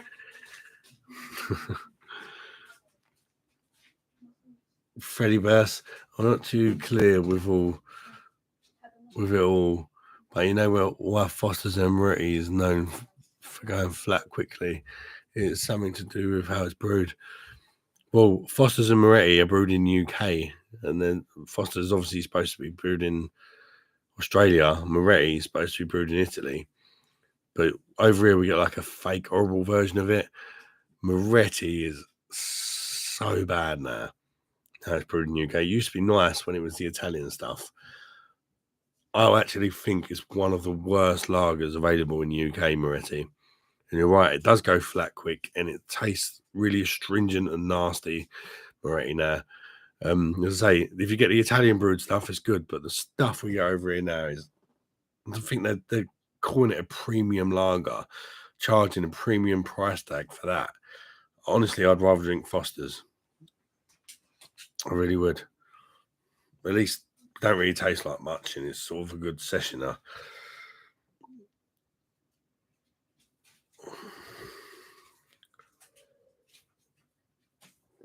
Marco says I prefer Budweiser German stuff. Hornbecker isn't as good as Warsteiner. Just tastes muddy and earthy for some reason. A little bit, I agree. It tastes good, just not keen on the body and how the beer holds itself. My old roommate was from Czech Republic, so I grew up on Budvar and Uquell. But he told me Gambrinus outsells them both in Prague. Oh, I'll have to try that. Gambrinus. Where'd you get hold of that one, Marco? Do you know? Because that does sound good. Morgan 1985. Woi oi. Woi oi. What's going on, mate? Hope you're doing good. What are you up to, Morgan? You having a drink tonight? What you on? I've just fancied having quite a light night, so I just had one of them. And as you'd expect, it went down really nicely.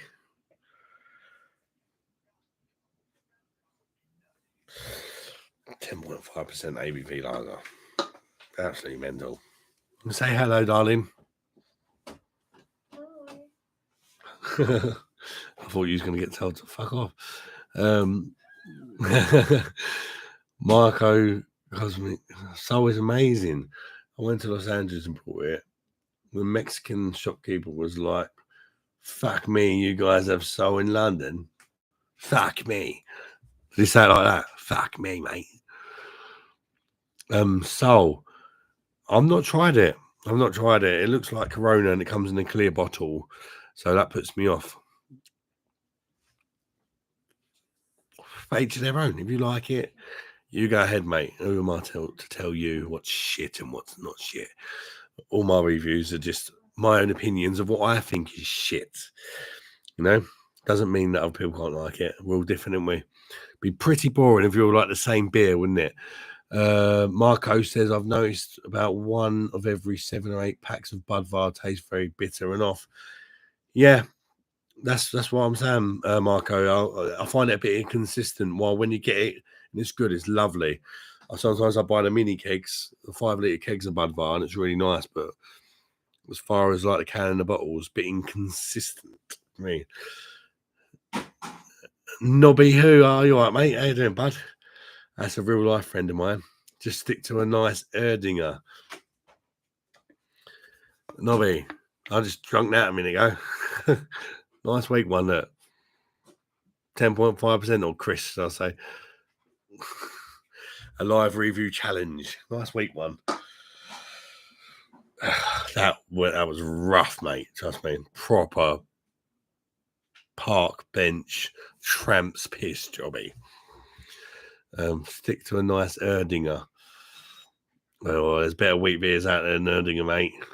Erdinger's all right, though. But it's probably my least favourite wheat beer. I ain't had a can of Zyweck or Lech in years. Last time I had them was 16 trying to get beers Me and me mates, boss man done me like 3 extra cans and went to me mates. See them was like well on in between us. Yeah, you gotta miss them times with your mates in you know.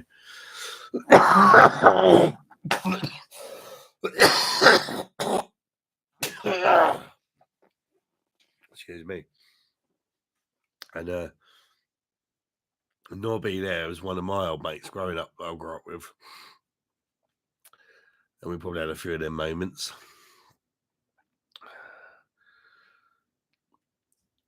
World of Beers might have Gambrinus. World of Beers. I've not tried that site, mate. Would you recommend it then? What's the delivery like? Delivery fees. Because that's what puts me off a lot of them. Morgan 1985 back again on the Dutch mini Heinekens. Fair play, mate. You can't go wrong with them. They're actually really decent, especially if there's not a lot else selection wise. You can't really go wrong, can you? Blue Fox 111. I've had Frankie Royal on the Perfect Draft last week. It was incredible. Probably the best Perfect Draft keg. I would absolutely love to try that on Perfect Draft, mate. Unfortunately, slight issue I have is I don't have a Perfect Draft. And if I did have one, it'd probably be too expensive for me to use regularly, which is the reason why I don't have one. Does that make sense? Because the kegs are about 40 quid each, aren't they, for about a day or two's worth of beer.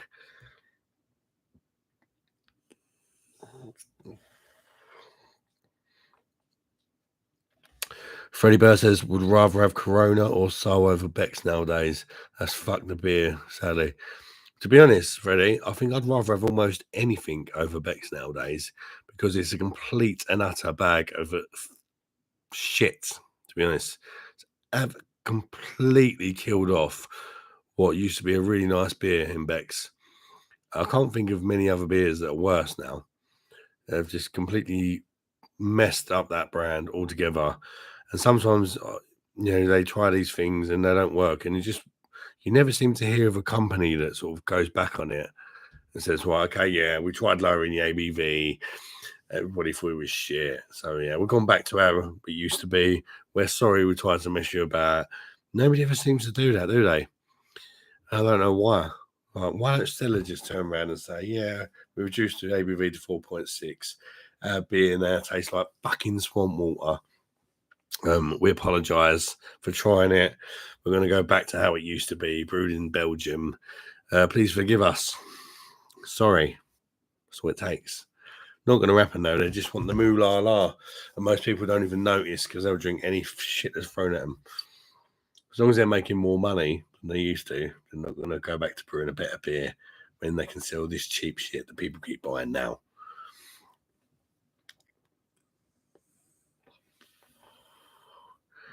Mr. Ronald, I'm on the Brooklyn Pilsner tonight, Adam. I'm working all weekend overtime, so not too bothered tonight. Have you reviewed it? Yeah, I actually quite like that. In fact, when I reviewed it, almost everything within me wanted to hate it because it's brewed in the UK, obviously not in New York. And I just thought, here we go. This is going to be another absolute shocker where they're taking everyone for a fool.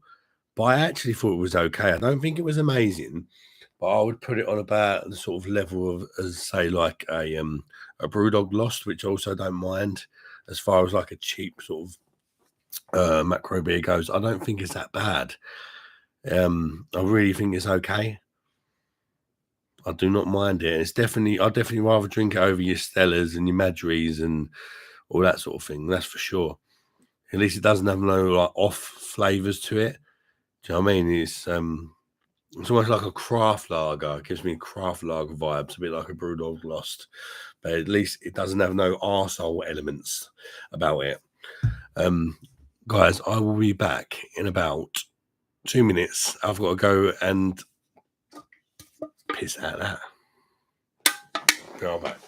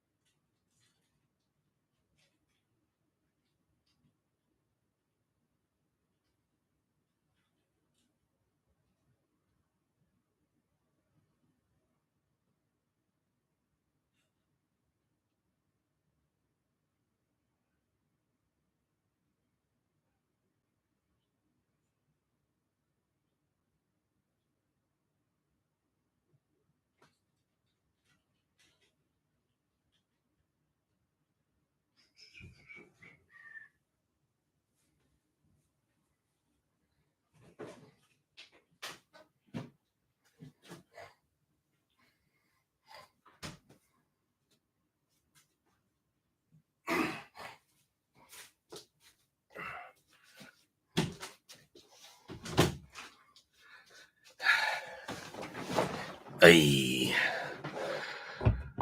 Right. Sorry for that, guys, but got to go, ain't ya? I thought, why not do a little comparison?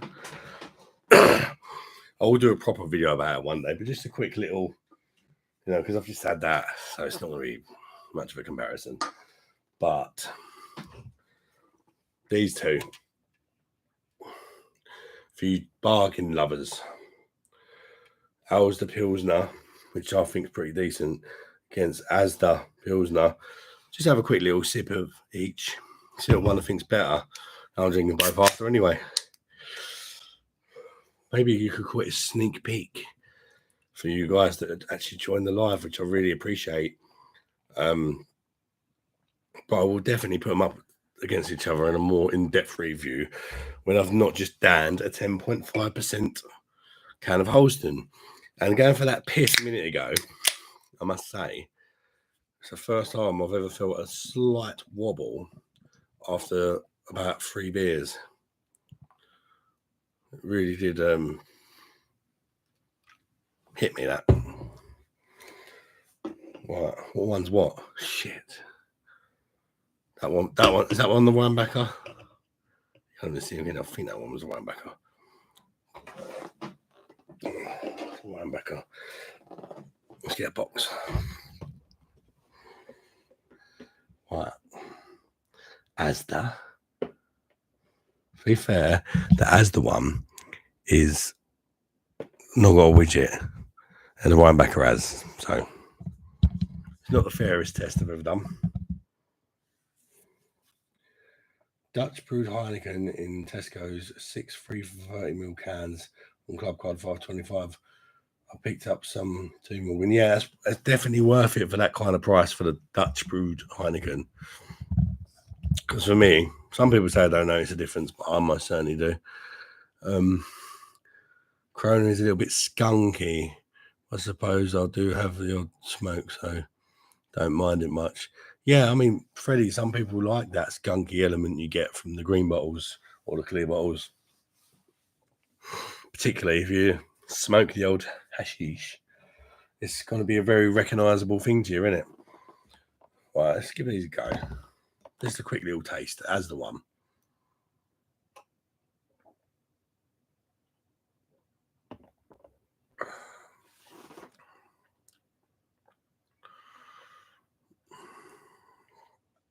Oh,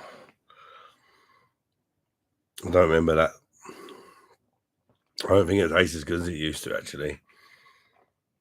It's tasting more metallic now. The Asda Pilsner, unfortunately. And I'd say I got 4 cans of it for £3.33. That was reduced. So I think they've lowered the ABV from 5%.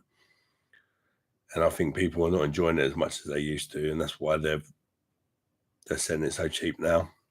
Which is a shame. It used to be one of my go-to cheap beers. It definitely tastes more metallic. It's got that kind of UK brewed arsiness about it. It's not that bad, though. It's not that bad, honestly. As far as the cheap beer goes, I'd still say it's acceptable. Let's have a quick go on the old Rheinbacher Pilsner. 4.5% ABV. So just a touch weaker.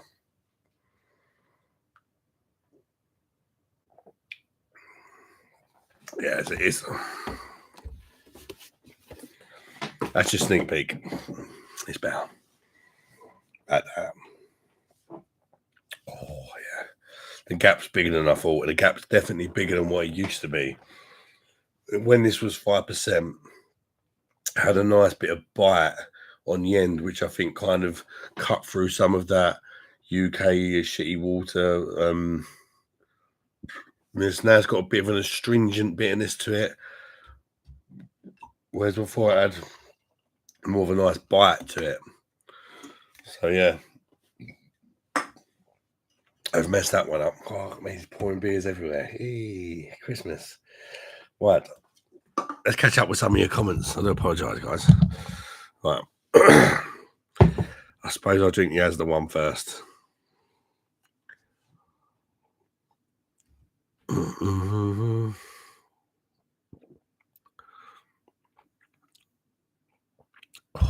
Yeah. Where was I? Can still get backs at 5% German version in West London, but it's becoming more rare. Yeah. Is it 5 or was it 4.9? Beck's used to have a nice little bite to it, which it ain't there. It tastes like fuck all now. The 4 point. I mean, how can you go from 5% sorry to 4? I mean, if you're gonna try and sort of fool people, maybe go from sort of 5 to 4.9 or 4.8, but literally just knocking a whole percent off of beer. Even you really casual sort of don't know nothing about beer sort of person who just slams it down their neck or whatever has got to notice, I think. They're not even being sneaky about it. They're just literally taking you for fools, thinking, we'll make it 1/5 weaker. Nobody's gonna know. Piss taking bastards. Boycott them. That's what I say.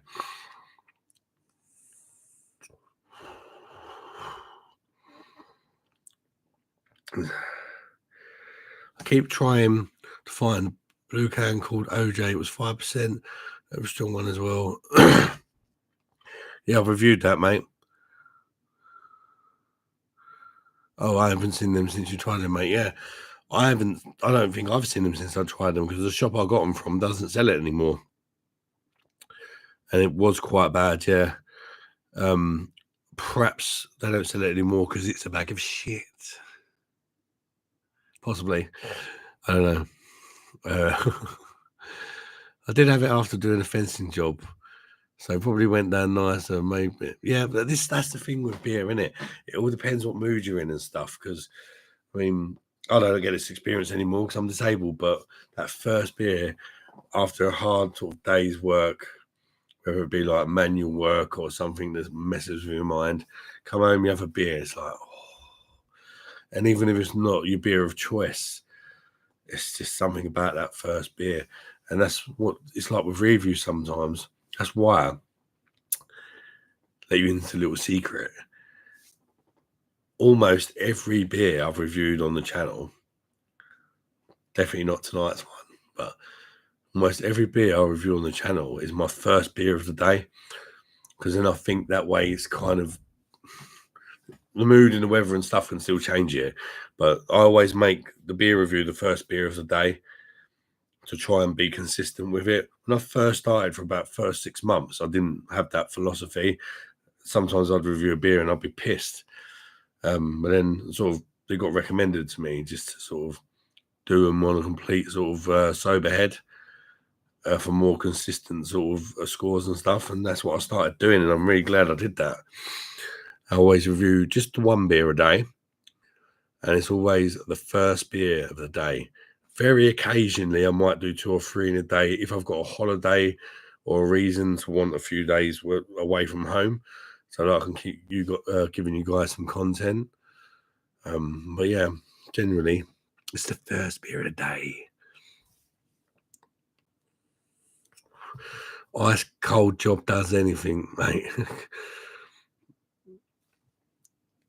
I don't know.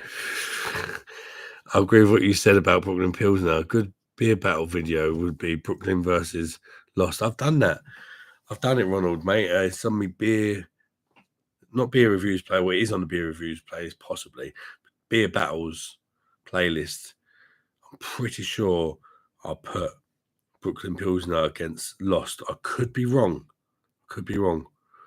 Or maybe I just got the thought in my head that I'm going to put them together and never actually did it. I'm not sure. But if I haven't done it, I will do it. Let me know, Ronald, if you do look through and I haven't done it. I'll do it just for you, mate. Because you're a regular viewer of the channel and I really appreciate it, mate. But I do find them very similar. I'm not a fan of Brewdog, but I don't mind their Lost Lager. I mean, my nearest shop is a Tesco Express, and they knock it out for £8 for 10 cans of it. And it's better than, your Stellas and your Fosters and your Carlins and your Carlsbergs and that. It's not too bad, although if you plan on drinking the whole 10 cans, the hoppiness does get a little bit much sometimes, personally. Freddie Burst, I've had the Rhinebacker, mate. It's very good for a cheap beer. Do need to get them Steinhausers next time. Yeah. I had a bit of the Asda one. Now I'm on this one. Yeah. Steinhauser, very good, mate. Maybe buy a pack of each. You get six of these little ones for a £5, and you get 4 500ml cans of the Rhinebacker for £3.50. Buy a pack of each, I'd say. Try them both and see how much difference you notice between them. Whether you think this is worth a little bit of extra for a slightly more premium product, or if you don't notice much difference, stick to your Rhinebacker. It's a solid beer. But that's always a good way to do it. Put them up. Do your own little beer battle, because of course everybody's going to get different results, aren't they? Because you've got different taste buds and all that, you know.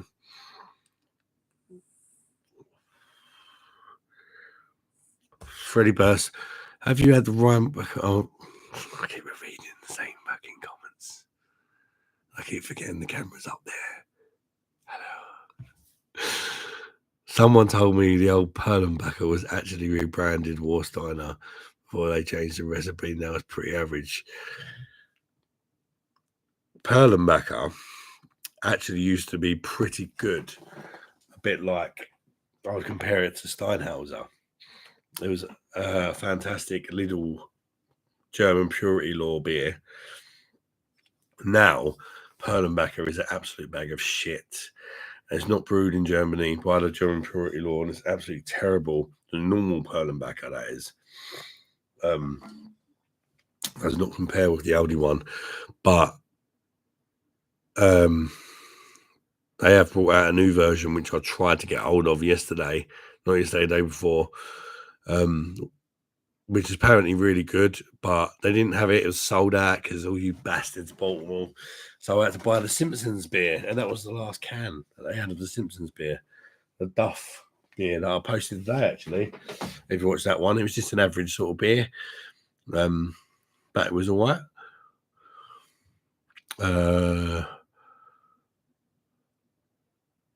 Marco says I've had Lost Lager 2 years ago and I liked it. Hard to find here now, though. Oh, it's all over the place down here, mate. I don't think it sells particularly well. Someone told me, I've done that one. Bex became greedy and just brewed in the UK now under license. Wouldn't touch the stuff. Brex is pointless. You might as well drink my piss. Probably got more alcohol in it. Probably tastes nicer as well. Jennifer Cross, hiya boys, with a flirtatious kiss. Hi Jennifer, hope you're having a good evening. You having a drink tonight? How you doing? Thanks for joining and come and say hello. You just missed me drinking this absolute beast, Jennifer. Holsten 10.5% ABV. I've done a live review of that, but you can always catch up another day because I'm going to try and sort of cut it out of the live and put a separate video up. Be a bit cheeky and get 2 for the price of 1. I'll tell you what, though, I feel it. That 10.5%. Like, just drinking that one beer, I think I said it earlier, I think I'm repeating myself as well because I'm smashed. That tasted like drinking, that was the same as drinking 5 normal beers because I drank it in like about 5 minutes. It's a 500ml can as well. And I wouldn't say straight away, but about half hour after drinking that, it felt like I was 5 beers in. Absolutely insane stuff. Blue Fox.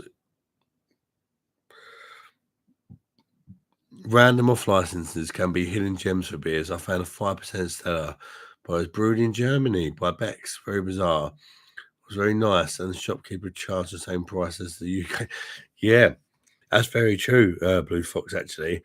Some of them, they do notice that some of them do know that it's the Belgian brewed one or whatnot, and they fucking charge more for it. Unless they just think none of the wiser. Probably depends what member of staff you got or whatever. But yeah, that's a good tip, actually, because a lot of them will charge the same price, and you can literally get them next to each other. The cans look slightly different. from the normal UK Stella logo. There's a chance it might be the Belgian one or whatever. I always look on the back of the can because the difference when you taste them is absolute night and day. Absolute night and day. 9 people in. Cheers, people, and 7 likes. Thank you very much. Michael Slocum, don't drink too much. Want you trying to get over your illness and you pass out from coughing real hard. Don't drink too much when you're trying to get over your illness and you pass out from coughing real hard. I won't, mate. I'll be all right. Barco says the newer Perlenbacher is brewed at a Kronenberg brewery, I think. Perlenbacher is just a weird one for me because I was in Lidl's yesterday and I noticed they do cans 4.5%. Then they do a small bottle, 4.6%. Then I think the big bottle, 4.8%, something like that. I might have it right in the wrong order or whatever. But they sell the same beer in a big bottle, small bottle, and can at all different ABVs. I'm not sure I've tried all of them. I think I tried the can. It was absolutely dreadful. And it's brewed in the UK. But how can you just keep changing the ABV depending on whether you're getting a can, a bottle, or a big bottle, small bottle? It's just wrong, isn't it? Mugging us off, as usual. Bastards, didn't they? Keep mugging us off.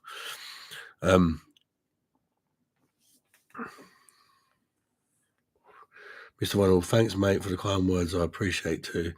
Just had a look. You put Stella against Lost, Brooklyn against you. Oh, okay. Well, thanks, Ronald, because for some reason I had it in my head that I put them together, but I think it was just an idea that I had because I thought they were so similar and it would make a really good battle. But I never actually did. But yeah, that'd be interesting to put them together, actually. Brewdog Lost against the Brooklyn Pilsner. Because I actually, thinking of it right now, don't think I could tell you what one I prefer unless I did put them together. So I quite like them both. I would think I might edge it to the Brooklyn Pilsner from memory, but sometimes you just don't know until you put them up against each other.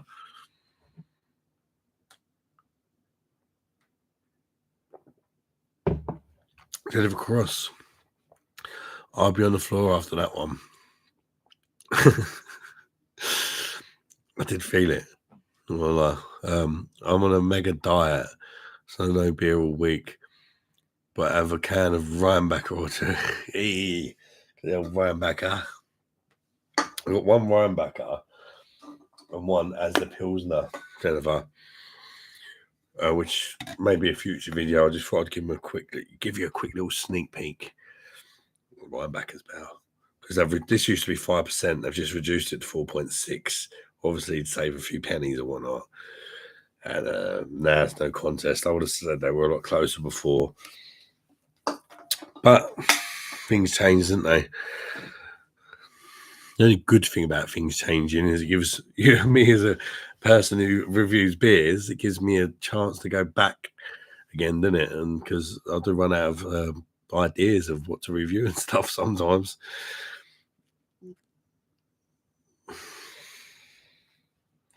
I hope this thing don't give me nightmares tonight.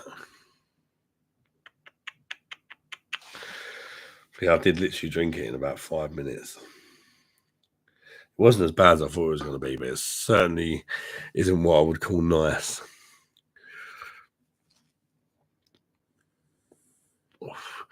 Marco, he had a green 500ml Perlenbacher last week. It was terrible. Yeah, my last experience of trying Perlenbacher, I think I gave it a 2 out of 10. And I got a load of abuse in the comments from people saying, "Oh, you don't know what you're on about." But trust me, it was absolute diarrhea tasting rubbish. And I think that people that were giving me some stick in the comments have tried the previous version, which was indeed very nice. But, with beer, they do change things around, don't they? And these people either just didn't notice that it changed, or perhaps hadn't had it for a while. Because I could see why they would think I was talking rubbish if I was talking about the old version. That I've probably watched other beer reviewers give like 8 and 9 out of 10 and stuff like that. They see me give it a 2. But when they watched their other beer reviewers review it, it was a completely different beer as to when I'd done it. Which is one good thing about being one of the newer guys. You get more recent reviews of certain beers, because beers do get changed a lot. They're always trying to save themselves some money, aren't they, all the breweries and that. Freddie Burst, what's your favourite spirit alcohol, mate? I'm usually a Jameson or a Johnny. I'm going with lately in bars. I do sometimes drink vodka cranberry. I am actually a big fan of Jameson as well, mate. I really like Jameson whiskey. If I'm perfectly honest, I'm not a massive spirit drinker. I don't mind like a Kraken rum. I quite like a Jameson. I'd say I like spirits, but they don't like me as much as I like them. I tend to get carried away. Like when you see me review that earlier, even though it's 10.5%, as you see, I still drunk it in 5-10 minutes. I still drink the same speed regardless of what I'm drinking, and it gets me into trouble. So I'll stay away from spirits, because naturally, if you've got a bottle of spirit, you're not going to make it in a pub, a single measurement or whatever. You're just going to go, and you're not getting smashed off your man breasticles.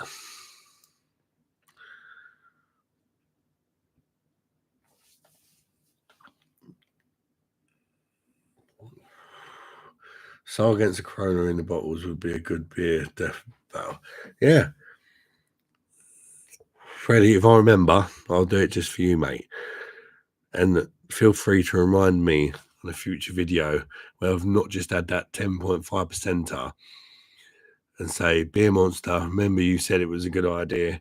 Keep reminding me about it. Keep pestering me about it. The more you pester me, the more likely it will happen. Because I don't have the best memory in the world with me sleep apnea and that. So just keep pestering me. And if it's really annoying me, I'll tell you to piss off.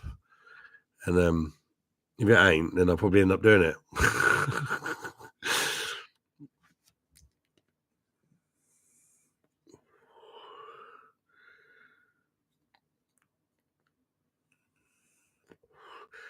Marco says, I'd rather put Tabasco on my knob than drink.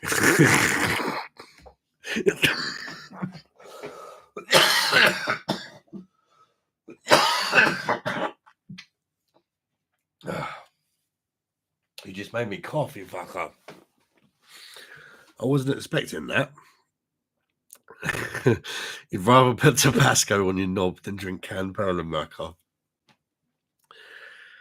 To be fair, it's a close call, mate. It is rough. That is rough. And as I say, some of the older reviews, people that be reviewers that may have reviewed it from 8 years ago or whatever, saying it's good. And I can remember trying it and thinking, this guy ain't got a clue what he's on about. I'm saying this is good, but the beers, they change. They change all the time, which is wrong, but it is what it is, isn't it? And of course, people have different taste buds as well, don't they?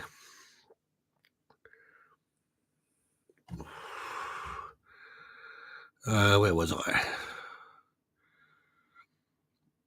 Jennifer.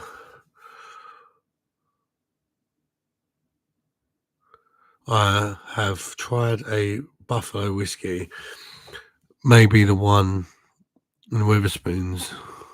It was nice. I tried that Buffalo whiskey. I feel like I have. I'd like to see German beer battle videos, yeah. I'd love to do German beer battle videos, to be honest. It's just quite hard getting decent German beers without spending like £3 or £4 a bottle from Beers of Europe and stuff like that. That's more of a budget thing for me as well. There's loads I would do if money wasn't an object. I'd go around to pubs and all sorts, and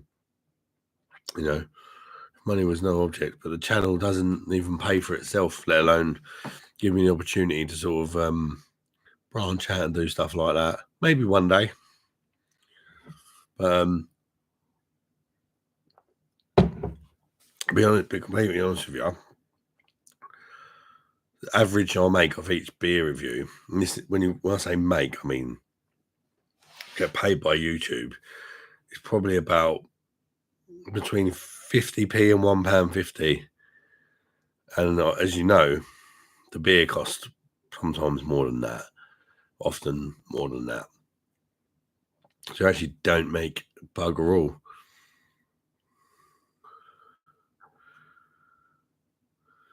But as you sort of get more of a, once I've got 10,000 videos or whatever, maybe I will, because you have a back catalogue. You know what I mean? Most I've ever made, ever, off one video is about £4. What video is that? I think it was Heineken versus Heineken. It didn't even get the most views, but it made the most money. Or it was about a fiver. But then I had to buy, for that video, I had to buy 6 cans of Heineken for £5.25 to get the Dutch brewed one, to put it up against the UK brewed one. So it still actually cost me money to make that video, which is kind of mad, really, isn't it? Next week, elephant beer, extra strong. Oh, God, what's the elephant beer, Jennifer? What is that? Are you joking, or is there actually an elephant beer that's even stronger that you're going to get me to drink on next week's live? Please tell me you're joking. So I was in Home Bargains, mate. Free for yeah, I'll see that today, actually.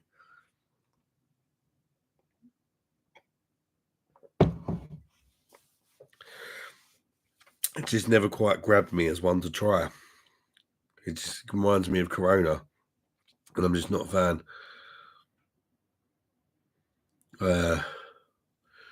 Bit young for that cough, mate. Yeah, I don't have it all the time, Steve. Thanks for joining, by the way, mate. It's good to see you join the live. I don't have it all the time. About the last 6 weeks or so, I've just had this cough. It's been rotten, and I can't shift it, mate. It's making me pass out from like just coughing sometimes. Well, that's getting less regular, thankfully. Good to have you in, Steve. And been a long time subscriber. I appreciate you, mate. Freddie Burst did like the Duff review, geese. We'll definitely get one of them. Is it in a 4-pack or single pack, Freddie? In Lidl's. I actually went there to get the new Perlenbacher one that everyone's raving about, but I didn't have it, and I just see a single can of that Duff, and I thought, oh, at least I haven't come for nothing. I'll give that a review, sort of thing. Because I've not actually reviewed it or tried it before. I thought it was going to be a complete gimmicky thing, and I suppose to some degree it was, but it wasn't as bad as what it perhaps could have been. But when I see it was brewed in Germany by the German brewery, or I was perhaps expecting it to be a bit better. It's just an average beer. It's all right.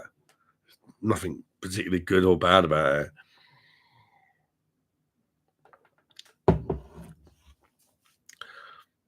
Madras curry in spoons ain't bad. I do like Madras curry, Steve. I know they microwave their curries in spoons, but some of them are quite nice. At least they're decent microwave curries, aren't they? Marco says, suggested to do 12 bottles of Paulina for £21. With his Paulina Vice beer, that's a banging deal. Jennifer says, love a drop of crack and rum with ginger ale, dark and stormy, but too many calories, is that? Yeah, Kraken is lovely, isn't it? It's so much better than Captain Morgan, I think. It really is. Marco says, Spaten is free for £6 at Sainsbury's. Have you reviewed that before? I have done, mate. I reviewed it probably just over a year ago when they were selling it in, I think Aldi's for about $1.50 a bottle. And I also reviewed the Spaten Oktoberfest, probably within the last, probably around in September time, which was one of my least favourite. I've got it here. One of my least favourite Oktoberfest beers, but it's still all right. I keep them up on my little shelf because I'm just a massive fan of German beer. Absolutely love German beer. Really do. Forgive them for the war, just for their beer. A bit of shit on my monitor. Hang on. Edward F. All right, Edward. How you doing, mate? What's going on, geese? Thanks for joining. What you drinking, mate? What's happening? Steve, little Welsh lad gets 10,000 views tops. He's been posting stuff for a decade. Michael Slocum, little Welsh lad. Oh, Real Well Craft Beer. I don't know what the most views I've had on a video is on YouTube. I'm sure there's one that's over, one or two that have gone over 3,000, which I couldn't believe.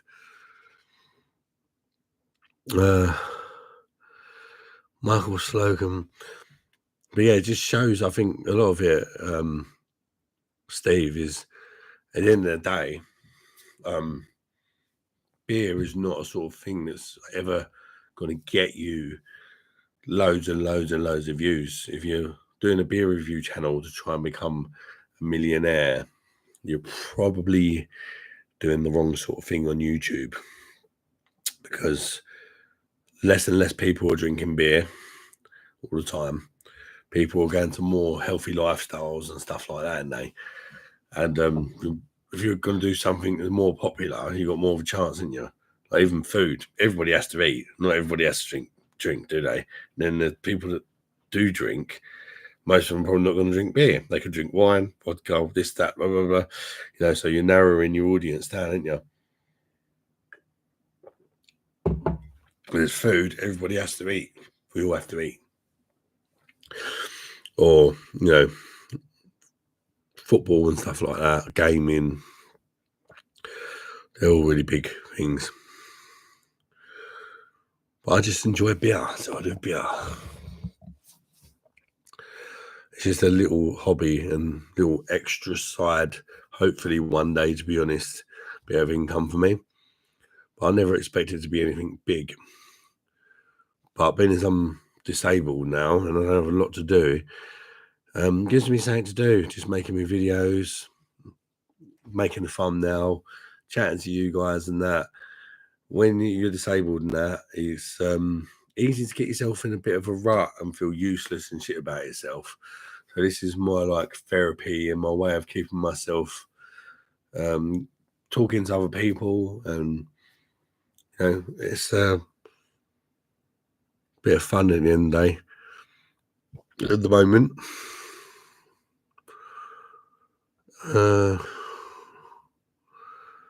I think the more subscribers you have, the more you get paid. It's all about views, mate. It's all about views, adverts. Obviously, there's adverts on videos. If you watch an advert, someone watches one of your adverts, you get paid a little bit of money. And obviously, you get super chats, memberships. You can join memberships. I've got a membership thing, but only one person's joined. I think it's 99p a month. I'm not asking anybody to join. I don't blame you. I mean, people have got to pay for Netflix and stuff like that. It costs them £10 a month or whatever. Why are you going to pay, even if it's 99p, to watch some twat drink beer on YouTube? I completely get it. Do you know what I mean? Best way to support the channel for free is just subscribing and hitting the like button, I suppose, sharing the video or whatever to more people.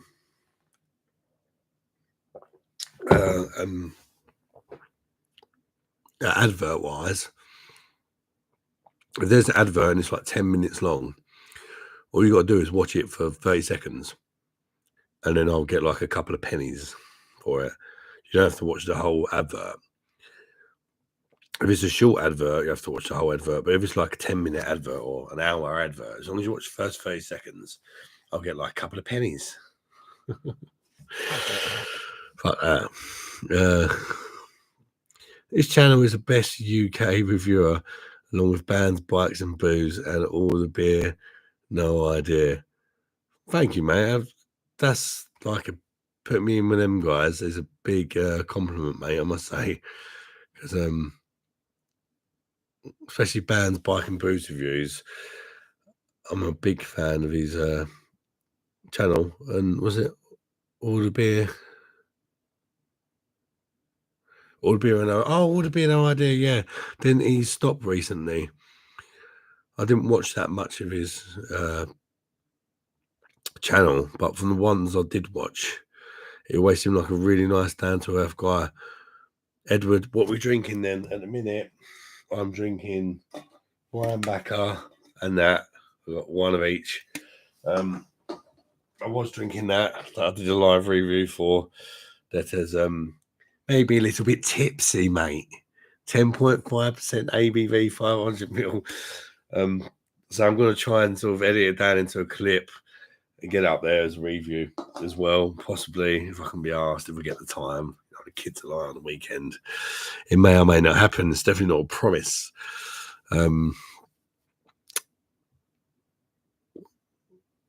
Steve says, I'm on a butty back. That's a pucker ale, mate. That. By the way, I'm a traitor. I've got a bottle of Italian red on the go as well. Hey, why not, mate? You enjoy, Steve. Why not? Why not? Butty batch will forgive you. It's Friday night, Steve. You do what you got to do, mate. You do you. You do what you enjoy. And I've got to say as well, Steve, thank you for suggesting Butty back to review, mate, because I took you up on that suggestion, and it was absolutely lovely. Bottle conditioned ale. And to anybody else that perhaps you're a real ale drinker or you're looking into trying a new real ale, the one that Steve suggested for review is a very good one there. Butty back, very nice bottle conditioned ale. Freddy Burst.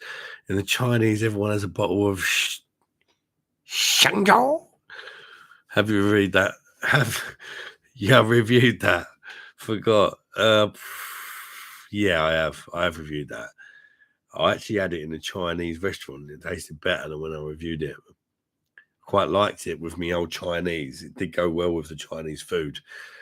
And then I thought, I'm going to review that on my channel. And then it was a bit shit, just drinking it as a general beer in the house. But with the, the whole package with the sweet sour and all that sort of thing, it weren't too bad. Jennifer Cross, Elephant Beer is brewed by Carlsberg, 7.2%. But they do an extra strong one at 10.5%. That's the same as that then, wasn't it? Yeah, 10.5%. I could have done that. You'll see if you watch it back. I drank like half of it and I just thought, no, let's not. Because also had to review the beer. If you just down it, you're going to be like, yeah, it's gone there.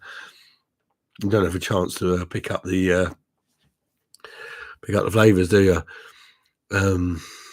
Edward F, I'm in the perfect draft tonight. Laurenbrow. Edward, you enjoy, mate. That's a cracking beer, that. I'm sure it's even more cracking on the perfect draft. And you enjoy it, mate. I hope I'll get one day, your perfect draft, because I'd love to have a nice home draft beer at home. I mean, that's the ultimate dream one day. But you can do what you can do, mate. Steve, great pubs from the past that no longer exist. Any stories? Great pubs from the past, or a lot of them are really rough, like because I'm from London and they got closed down for being rough and stuff like that, or a lot of them went out of business during the smoking ban and things like that. Rob, hey, Bramwell Backroom Brewery. Hey up, Adam. I hope you're on the mend. Yeah, I am feeling better, thanks, mate. I've still got this cough. It's still occasionally making me pass out and stuff, but it is improving. I'm not coughing as often. And I'm not passing out as often. So, yeah. And this is quite a good medicine, Rob. That's been my medicine of tonight. And it's better than any antibiotic I've had so far. Antibiotic. I was like on a slur.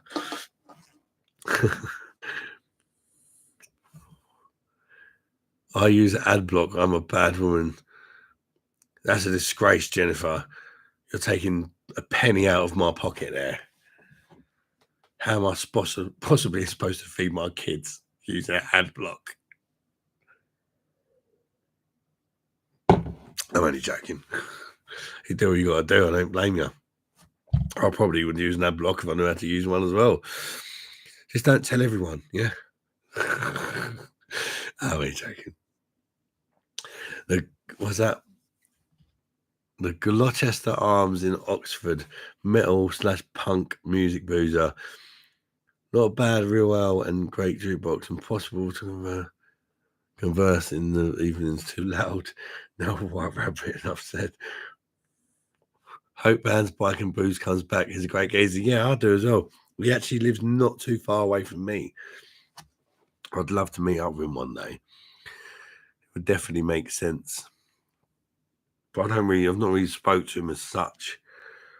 But I do comment on his videos sometimes. And I used to watch him before I started reviewing as well. I used to watch a lot of JB as well.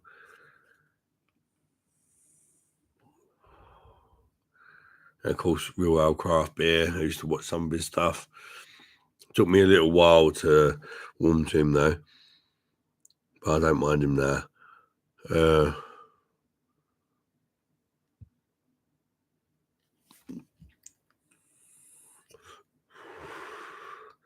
All the best, no idea. Oh, he's made a comeback. Oh, that was a quick getaway. Been on night out of Basil the Beer, no idea. Top bloke. We was out in Manchester and Simo was also with us. Top night. I've watched some of his reviews. He does seem like a really nice guy. I know he's into his darts as well, isn't he? I quite like darts. It just seems like a really down-to-earth guy. I just don't, unfortunately, get that much chance to watch other people's channels as I would like to, with all the, like, being a full-time dad and all that. But I have a little watch of everyone every now and again when I can. And I really enjoy a few different channels. People don't have their own sort of way of doing things and that, and I think it's really cool. He hasn't uploaded this year. Maybe January, or maybe New Year's resolution thing. Hope he comes back, even if for an update. He's a great reviewer. I think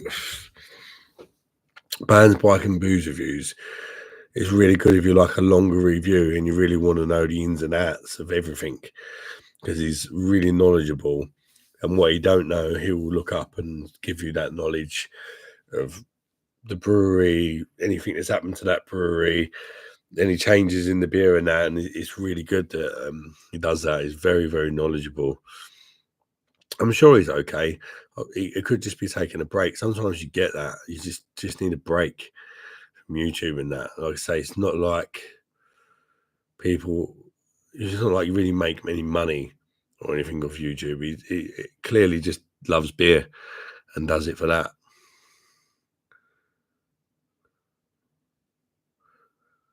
Like a pub called Turk, said Steve. Proper old school ham rolls and pork scratchings. Oh, pork scratchings, you bastard. You're making me fancy them now.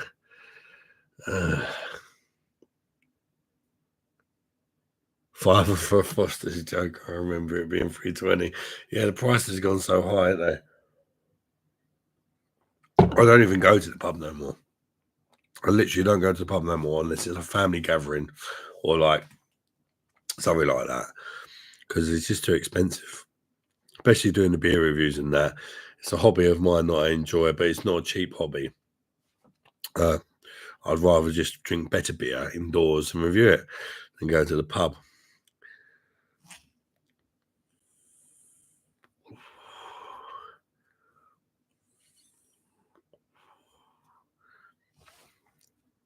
Kinnell is 10.5% Holsten. You mad man. Yeah, have you tried that one, Rob? That was my challenge for today's live. And it went down in about 5 minutes. 500ml can as well. It didn't taste as bad as I thought it was going to taste, but I'll tell you what, about half hour after drinking that, I felt like I was 5 beers in. It's crazy. Strength of it. And it's very syrupy, very sweet.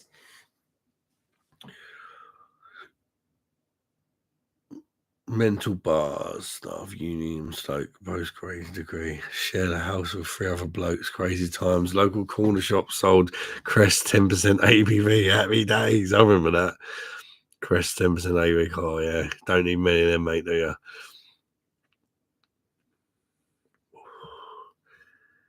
Oh, he's just been busy at the moment. Oh, as long as he's all right then, mate.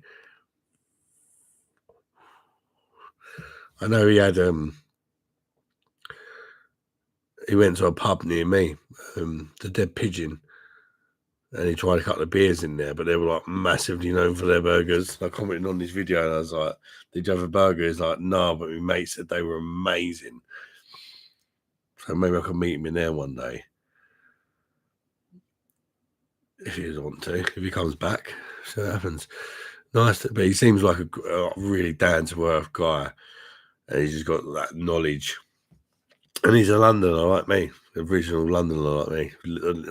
Thought fuck London and moved out to Kent, so I think we've got a lot in common in that sense. Apart from he knows a lot more about beer than what I do, that's for sure.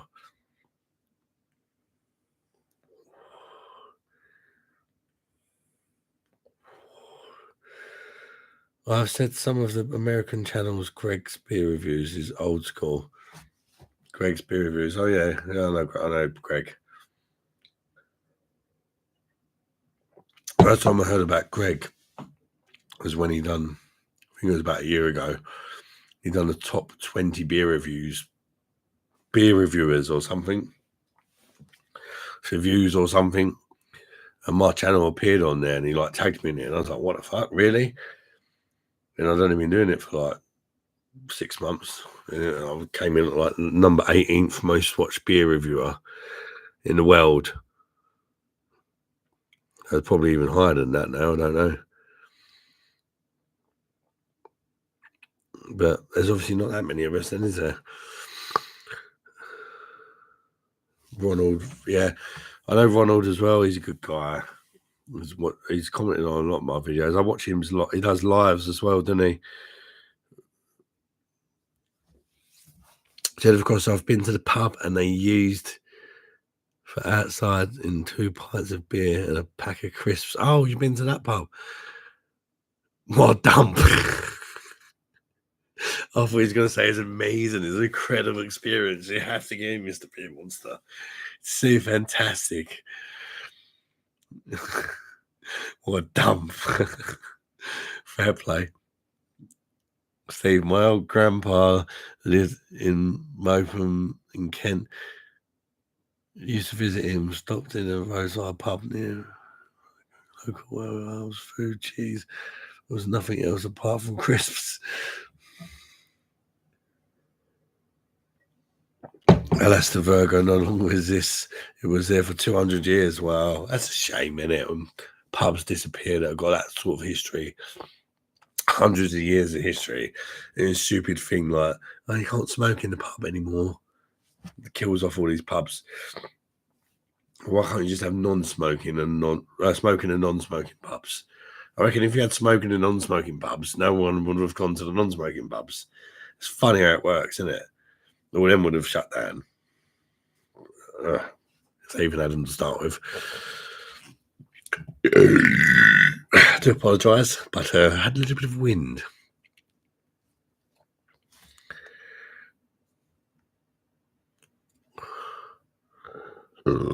Not had it, Rob. It looks like a special brew. Yeah.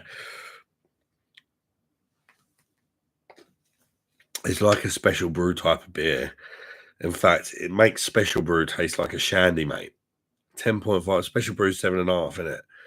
10.5. Fuck special brew. That's if you want to be a proper tramp, Literally. If you want to sit there on the bench with all the other tramps, you want to be the Scarface, you want to be like, the main man. You think that? Fucking special brew. Fucking special brew.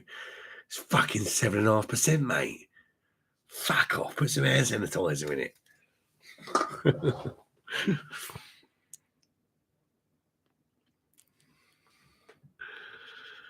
It's Matt.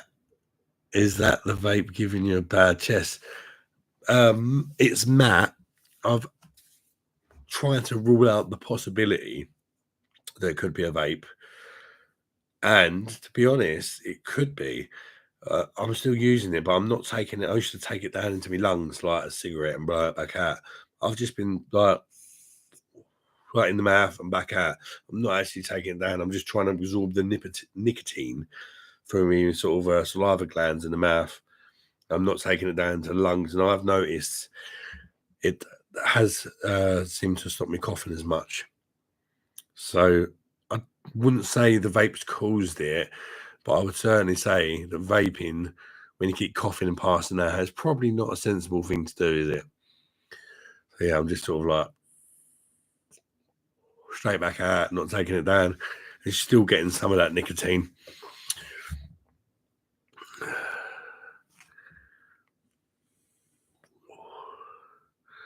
The Dead Pigeon.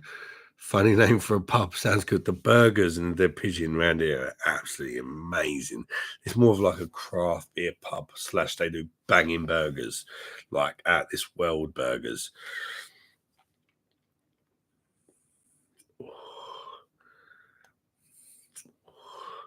You've seen Putty Triple IPA being launched. I bet it's going to be about 11 quid a can. Well, 11 quid a can. I want some sucky $5 for that and a reach around. That's ridiculous. I can't warrant spending 11 quid for one can of beers. And I bought 4 cans of that. $3.50, mate. Fuck off. Yeah, I mean, it all depends. I'm not going to knock anybody that spends £11 on one can of triple IPA putty, because if I had the money to, I'd probably do it as well. Why not? And live once, didn't you? 11 quid? Yeah, go on, mate. I'll buy it just because it's 11 quid and I'm fucking well rich. Go on, give me one of them, you slag. Fuck it, give me 2. You know, why not? You got to live to your means, haven't you? You know, if I was loaded, I'd be drinking that all day long. Why not? You know, it all depends how much money you got. Now, I'll drink that.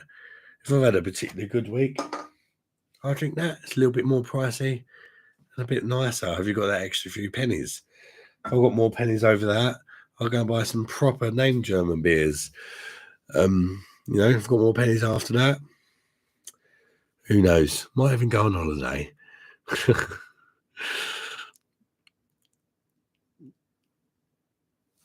Ronald's lives are really good.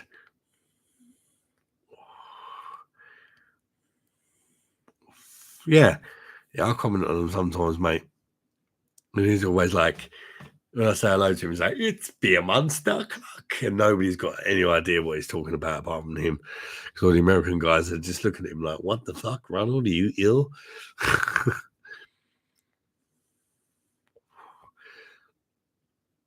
Freddie Bass, one of the oldest pubs, not far from me. I think you mean. Not fat. I'm fat. Do bottles of Holsten pills, which is nice to see. And do black pudding and mustard crisps. Oh, nipples. Yeah. I miss them mustard crisps. Freddie Burst. Do you want to try Zuba again? The Polish mechanic I used to work with. Love them back in the day. That's like a good replacement for like the old Belgium Stella, I say. It's even stronger, 6% ABV. I think it does have syrup in it though, but you know. So did that. That went down all right. Maybe not.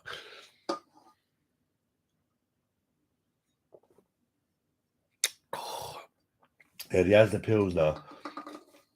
It's definitely not as good as it used to be. I've changed the recipe.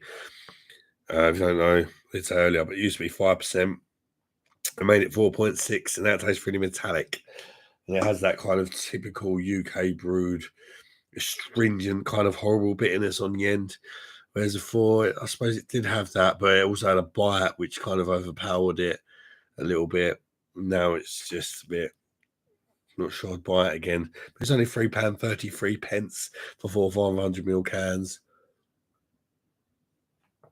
If you ain't got a lot of money and you don't have an Aldi near you, it'll do a job, won't it? I just need to go for a quick piss. All the kids are upstairs, or I'd send one of them to piss you off for a little while. I'll be back in a couple of minutes, yeah? A couple of minutes.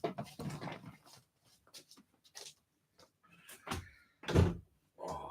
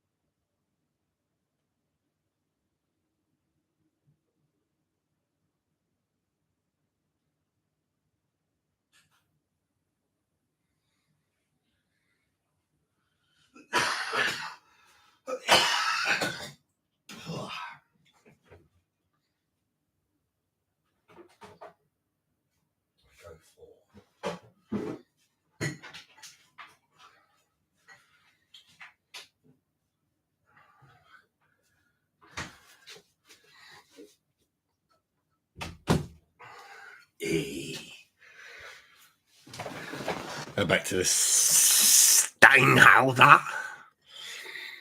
Do like a Steinhauser. Definitely my go-to budget beer of choice. Depending on what sort of budget you have. Oh, I needed that piss. Jesus Christ. Someone surprised me if you could have heard me pissing from out here. Right, where was I with the comments? Zubar. Done Zubar. Steve, there's a pub in my hometown called Stanwell. Has a dodgy foreign owner. Can roll joints in the smoke a lot. Used to have strippers on Wednesday nights. Lol, proper dive. I love yeah. I mean, there's still some pubs like that now. You'd be surprised. It's just say hello a few. You can go in there and he'll quite happily let you go in the garden and do things you shouldn't do, shall we say. Not that I do that, but I see other people partaking. Jennifer Cross, more than 2 shakes, lol. Freddie Burst, net you'll be telling me you're local Flying Scotsman in King's Cross. Oh.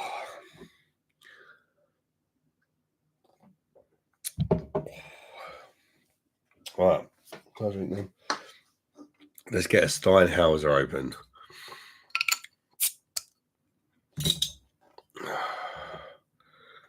The old Steinhauser.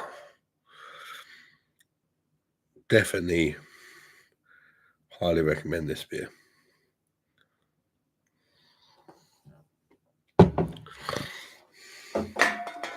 The only trouble is you need 2 of them. It gets a bit annoying to get a pint, you know. But the bonus is you've got to crack 2 open to get a pint, but then when you sort of drunk a bit of your pint, you've got a bit there to top it up again. Happy days, you know, it kind of evens itself out, I suppose.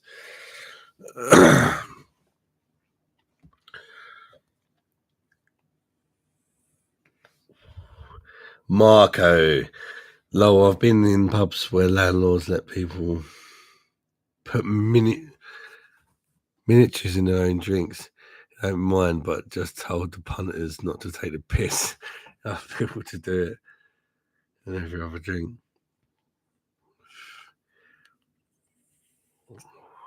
Do need to man up with the owls. The one and only drink in the pub is a bottle of Nuki Brown occasionally.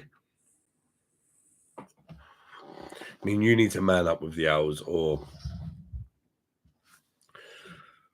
pubs need to sell more of them. It's a shame. Real owls are actually really nice, but people just aren't drinking them. And I really fear that as the it tends to be more of an older gentleman's drink. As all these older gentlemen get older and die, sounds brutal. When they die, who's going to drink it then? So, spread the word. Get people drinking real ale, because it's a lot better than all the UK brewed crap lagers. Not all of them, but the deceiving ones, the ones that try and make you believe they're Spanish or Italian or whatever. You're better off just trying real ales. You're not going to like everyone you try. The first couple you have, you might be like, oh, what was that twat off YouTube on about? But eventually you will find some that you like. And it'll probably be cheaper as well for a much higher quality beer with a lot more going on than swamp cheese.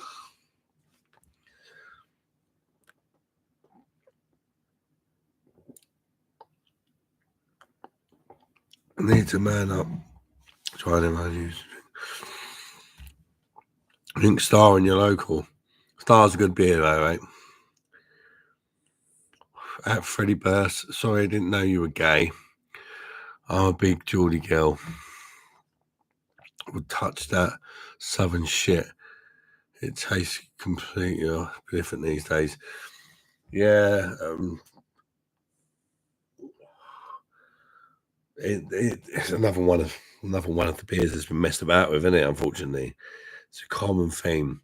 We got to stand up to these mugs feeding us these shitty beers, thinking we're going to put up with it. It's disgusting, isn't it? It's just wrong. Never get new shitter recipe, new low AB version, new UK piss water version of Stella, the Belgian beauty you used to love, written on the can, do ya? Bastards, mate.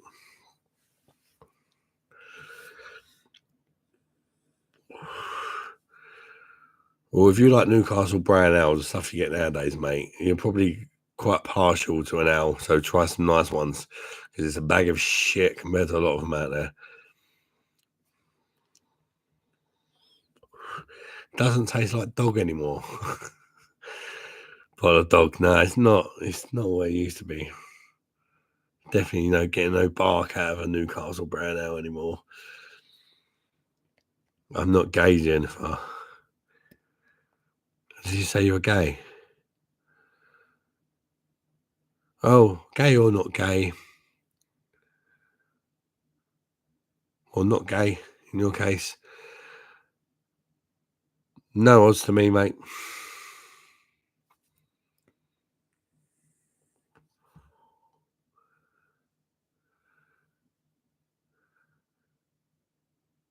As bad as spoons is usually decent. Yeah, that's really true, Marco. And people's late spoons and that, and yeah, they're cheap and they're probably not helping a lot of pubs in that, are they, with their undercutting the prices and stuff like that. And your average pub can't buy in bulk as much as Wetherspoons can, so they can't compete with the prices. But they do a lot of real ales, it's true. But yeah, unfortunately, where there's so many Wetherspoons about, they buy the beer in such bulk that they can sell it for £2-3 a pint.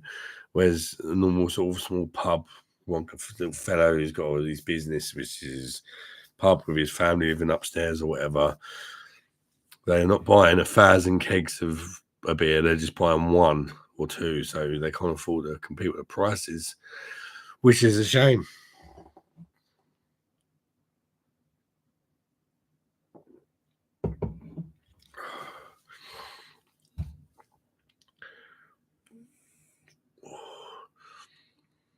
Freddie Burst, I'm a Cockney lad, Jen. Whereabouts you from? In London, Freddie? The Fuller's London Pride can I had last week was awful. Was terrific back in the day. Oh God, they not messed about that one as well, have they? Got a mate who loves drinking bottles of Bud so much that he don't like a pub pint. I used to like, but I think they're too plain and don't have a kick. Yeah, they reduced Bud, didn't they? Bud used to be like 5% or something, didn't it? I think it still is in America. Same as Bud Light here, I think is like 3.5%. I think in America it's like 4.5%.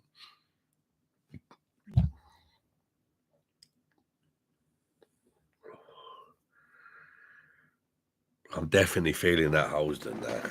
Oh. Even that burp I just done, I do apologise. I'm still tasting that. I'm still tasting that. I've had about 5 or 6 beers since that. And all I can taste is that. It's a massive, like, as I burp, I get like a syrupy taste come up my throat. And then the alcohol taste again. Proper repeating on me. That is mad. I reckon if you drunk 4 or 5 cans of that, good luck with your hangover the next day. I'll tell you that.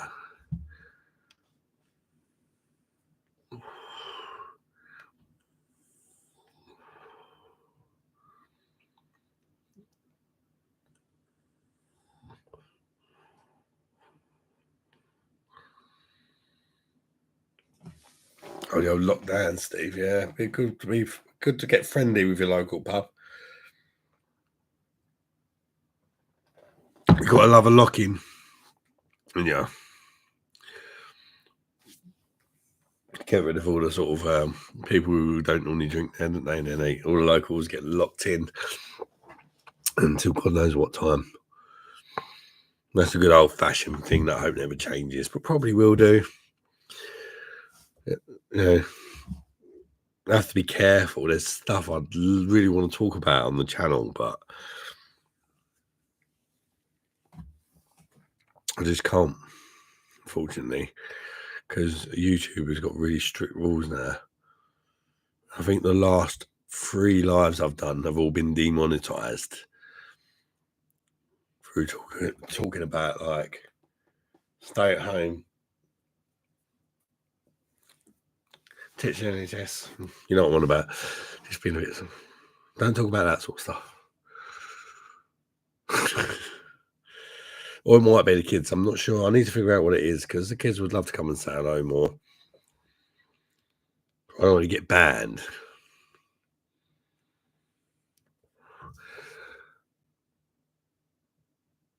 You're from Stanwell next to Heathrow, next to Felton, West London. Oh, all right, mate. Jennifer Cross at Freddie Bear, sorry, testing and nasty. Rano was drunk 10 years ago, but since now it's Prudent Burton. It's muck, yeah. Jennifer, it is muck now. Used to be really popular as well. Freddie says, on my last Holsten. If your last one, mate, have one of them. That'll send you to bed. Have one of them, you dirty slag. You want to go to sleep? That'll tuck you in nicely. I'm only joking, mate. Gonna roll one and watch the rest of the new TED series. I've got a website if you need Adam, mate. Thanks, mate. Really appreciate you tuning in, Freddie. You enjoy your Holsten. And I wish that I had that Holsten and not that crap I drank earlier because it's still repeating on me now. But yeah, thanks for the support, mate, and thanks for joining. Steve, the pub I supposed to open at 4 p.m. But the sign on the door apologises and it says 6 p.m. But they let me in at 4:15 because I'm a pal. You're famous. Antiquariat Bar, Warsaw City Centre. Happy days, mate. It's always nice to get that special treatment as a local in your pub, innit? I mean, pubs are a business at the end of the day. If you're bringing them good business, it makes sense for them to look after you, doesn't it? It does make sense for them to look after you. If you're a good customer, and it's almost stupid not to, isn't it? I know if I was running my own pub, I'd most certainly look after my value customers. That's for sure. That's what it's all about.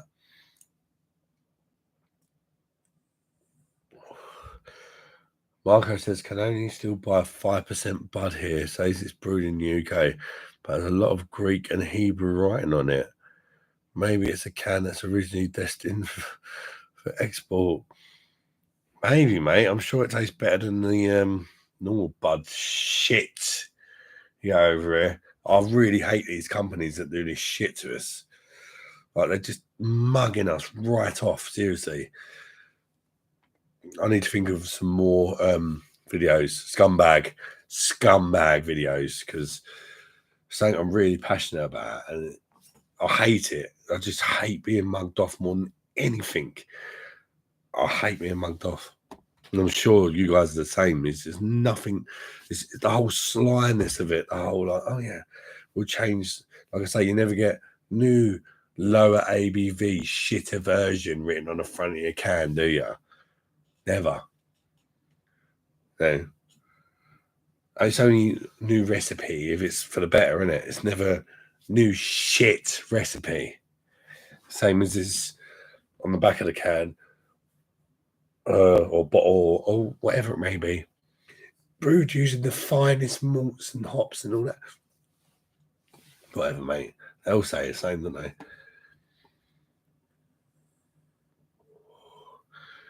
Freddie Burke says, yeah, mate, I tried a lot of the Nuki Brown and it tastes like 2p coin was better. Was in the beer, yeah. I think when I reviewed it, it'd already been completely turned into shite. I know that's what it reminded me of, actually, like pennies.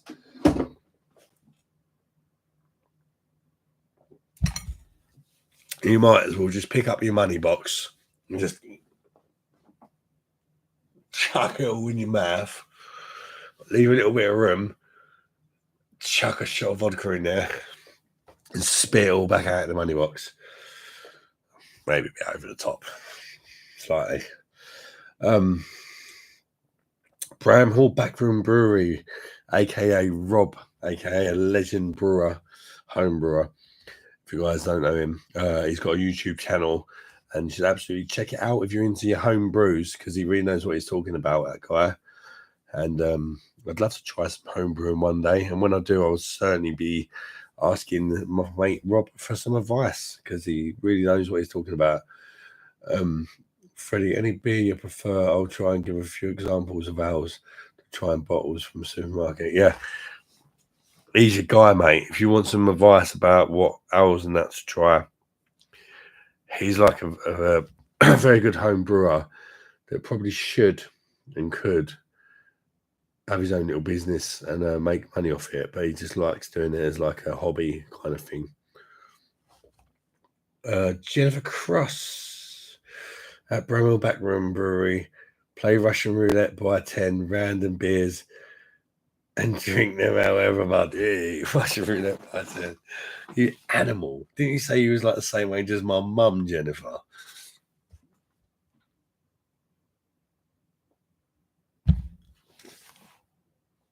Marco.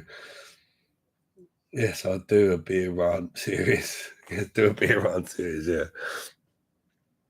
Maybe I should. Just life takes over with me, right? A lot of time, it's knowing what content to make to keep everybody happy, you know. You get people to watch for the lagers, you get people to watch for the rants, for the beer battles, you know.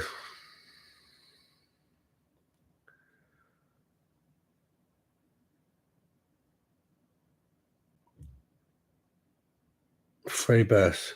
I'll try Timothy Taylor Landlord and want to try Doom Bar. I don't know. Half a pint to try. That's always a good tip if you can go into your pub and say to them, because a lot of them will let you try an ale, which is odd. They won't do it with a lager, but they'll let you try little samples. They'll let you try little samples of ales, and to see whether you like it before you buy the pint. You can also, if you go to like something like a micro pub, they do third of a pint, so you can get 3 different ales, all in like third of a pint glasses, to try out 3 different styles or whatnot, and see which one you prefer before you ultimately buy a pint. Or you can just keep buying 3 different thirds and try them all out.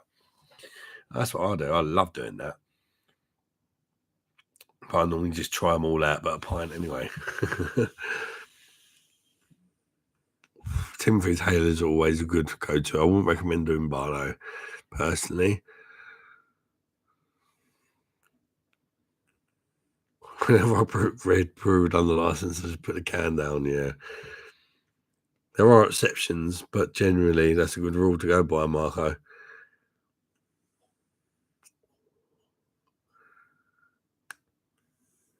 Never drink lager brewed in the UK. Yeah, again, Steve, I think that's another good rule to go by. But again, I think there are some exceptions, but not exactly like amazing, but they're okay. Steve, like the Brooklyn Pilsner and the Brewdog Lost, for me, aren't too bad. They're definitely not amazing, but they're definitely better than your sort of Stellas and your Cruise Cambos and stuff like that. But, you know, we're all different, aren't we? I don't think they're that bad, personally.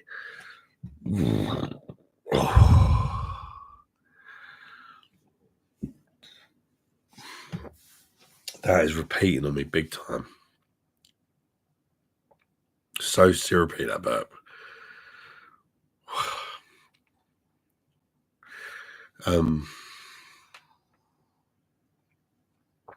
Bram Hall Backroom Brewery says, Jennifer, yet we do a mystery beer where we buy each other beers. Take wrapper off. I don't know what you get. A good laugh if we get us this stuff. Yeah, Bram Hall Backroom Brewery also occasionally does beer giveaways and stuff like that on his channel. So I'll definitely recommend subscribing to his channel. I always enter the beer giveaways. Unfortunately, I've not won yet, but I'm sure one day I'll get to try one of his beers. And I'll want to try a Dunkel Albert. Fair play, Rob. Would love the idea to homebrew. Sounds cool. Steve, it beggars belief what beers Brit lads drink. Yeah, completely agree, Steve. It really does, mate. Michael Slocum, beer and 2p coins. Sounds like an amazing beer, lol. Yeah, it's definitely not. This might sound like an old-fashioned thing, though. Marco says, mainstream ales that are easily available. Thirsty Ferret, Badger Ale, Proper Job, Adams Bullside, Taylor's Landlord for me. Sure, I've forgotten a few. Yeah, I mean, you're going to forget. There's so many in there, mate. There are some really good ones. I'd always say, if you're going to try ales, if possible, try and go for bottle conditioned ones if you're going to try them sort of out of the supermarket, because I really do think it really makes it a lot closer to trying it from the cask personally. I love Timothy Taylor's, but unfortunately not bottle conditioned, but they're still fantastic anyway.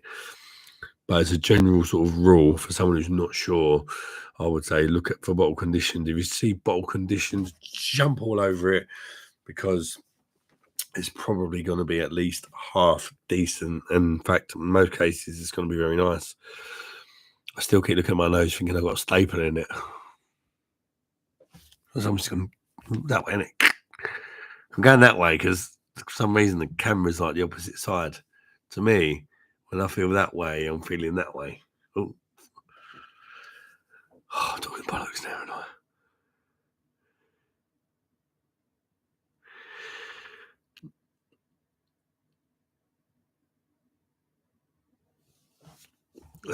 Where was I? Right.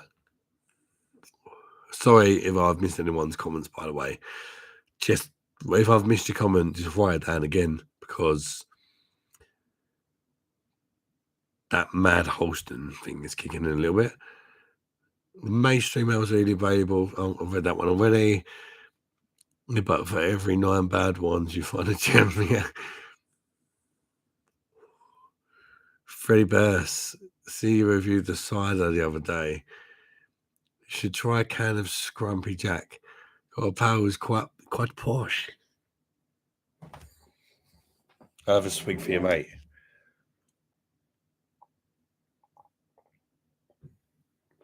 Very posh.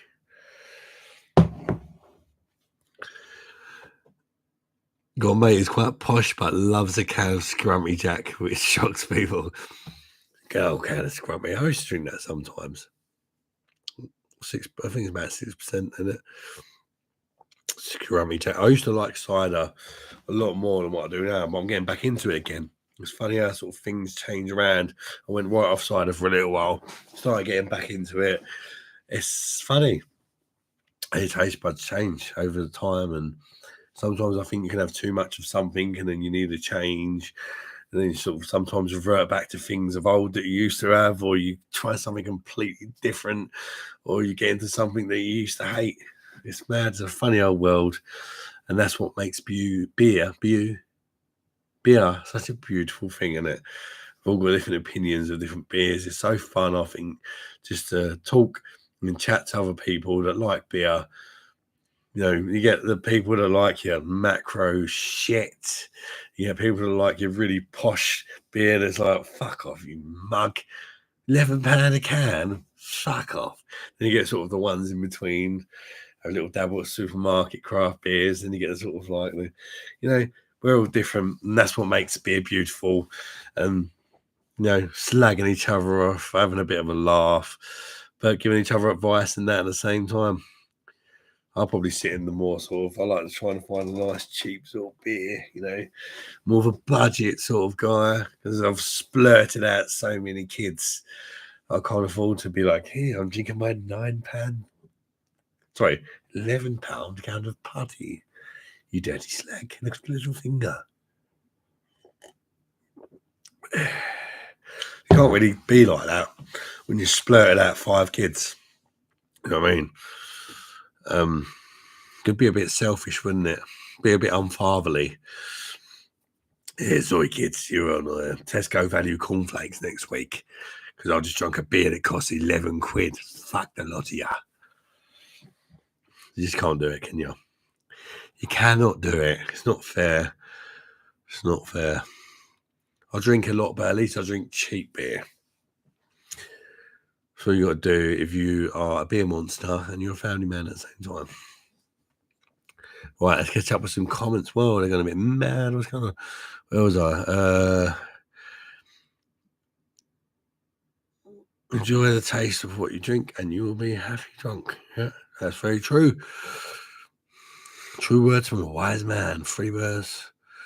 Was it a micro pub that got you into this? Yeah, actually was, Freddie.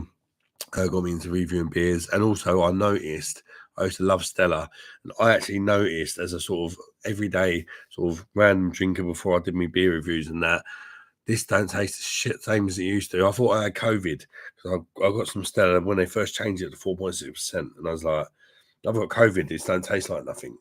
I've got COVID. I was convinced, honestly, I'm not joking, I actually thought I had COVID, because you know, I used to drink Stella nearly every day. And all of a sudden, it didn't taste the same. I thought I had COVID. Then I read the can, realised it was 4.6% ABV, and I did not have COVID. And then I got pissed off with the whole, you know, realising it's brewed in the UK thing and all that, and kind of got a bit fucked off of it. Then I discovered the micro pubs, went to a micro pub, started trying all the different ales and that they had on. Some I liked, some I loved, and ciders. But I really enjoyed just trying all the different styles and aspects as somebody who's only ever used to drink lager, just all of a sudden discovering there's a whole world of beer out there for everyone to discover. And there's not just shitty UK brewed lager, and just different styles and different ales, different ABVs with different flavors, characteristics about them. And I was trying all the ales in the pub, and they were asking me what they were tasting like. And one thing that kept going up amongst different micro pubs I went to is a lot of them said that I had really good palate for picking up the different palate. And I just said palate. Of picking up the different flavors and all that. So I just thought, sod it, I'll make a YouTube channel because I want to tell other people like me that used to drink Foster's and Stella and shit like that in the pub how crap they are. Why I was discovering new beers that may or may not be better or worse than the shit that I used to drink all the time, thinking it was amazing because the adverts told me it was amazing, and the cans told me it's probably the best beer in the world, and all that old bollocks, mass media shit that everybody falls for. Which is just a load of crap, to be honest with you. And that's why I'm always going on about that kind of thing. Anyway, sorry about a little rant. Where was I? In the comments.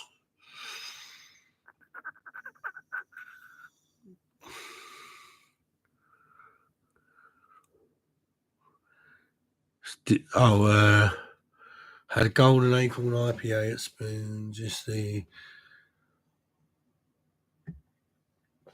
Oh, right. Marco says, still waiting for your Modelo review. I find it nice and crisp, and now the biggest selling lager in the UK. Is it really? Overtook Budweiser last year. To be fair, mate, I'm not going to lie to you. They do sell that in home bargains, which I do go into at least once or twice a week.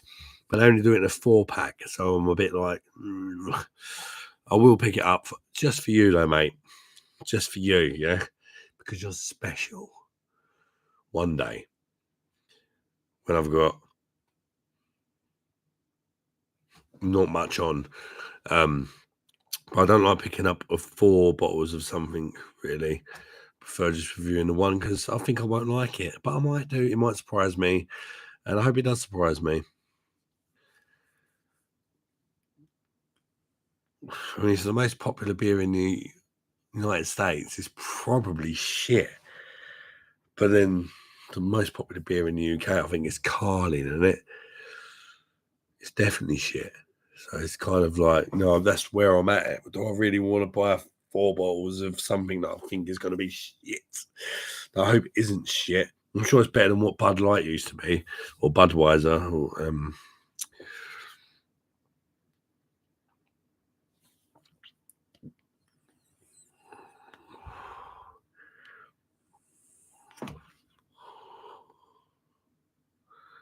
probably from its UFC and boxer sponsorships. But I'm all Backman Brewery. Adam got Dunkle Buck brewing at the moment. Dunkle Buck, how's that enough one? You dirty slag. You dirty slag, Rob. Dunkle Buck there and Duncan Albert. Oh, it's brilliant. Dunkle Buck. It's like Duncan Albert's brother, but with some chocolate malts. Dunkle Buck and Duncan Albert. So check out his channel, guys. He's the homebrew king. And if it's something you've ever considered doing, I'm sure you will find his videos very knowledgeable, as I do. As well, I was watching his videos the other day about how you can, I don't think I commented, but you can make beer with just a big pan on your hob. It's like a basic sort of starter with just a few extra bits. There really isn't much investment just to see whether you get into it or not. I think that's one of his featured videos when you check out his channel. So that's why I watched it the other day. Freddie. I'm way behind on the comments, I think. Well, I'm going to try and catch up a bit. Freddie Burst was gutted when I see the micro pub Golden Arc. Quadium was going, definitely try one out soon. Yep, do try one out, well, mate. I hope you like it. I'm trying to catch up on the comments. I'm going to be quick now. Eric Reckoning, Little Pearl Panther Porter IPA bottle made by Howard's a bargain beers for me. I have to try that out, mate. I don't go to Lidl often, but I'll look out for it. Marco says you missed my comment, Mr. Monster. Your favourite bands. Favorite bands. I'm not really a band kind of guy. I'm just kind of if something's on and I like the sound of it, I like it. And if I don't, I don't. Well, I like the Prodigy. If I'm going to say favorite bands, I like the Prodigy. Like an electro sort of band. I like Blur. From the 90s. Quite like them. I quite like Muse. It's like a more modern sort of rock band or whatever. All sorts really, but I really like old music as well. Just like a little bit of whatever. Ali D says, oi Adam, how you doing, pal? How was the fight with Tyson? Hope he broke his nose. Yeah, you should see a state of him, mate. I just got a little staple on my nose. Staple on my nose. See a state of him, mate. State of him, mate. Early evening. I've got 5 cans left until tomorrow. So I'm trying to catch up. I'm too slow with these comments. Purple Porter is nice, but now it's down to 5. Oh, don't have butchered it again like other people do. I may have to turn to shop soon. Need more beer. Hey, go on, mate. Go for it. Get yourself some more fucking beer, you dirty slag. Marco, Cosmic Orbit, and a favourite band got to be Doc Teeth and Electric Mayhem.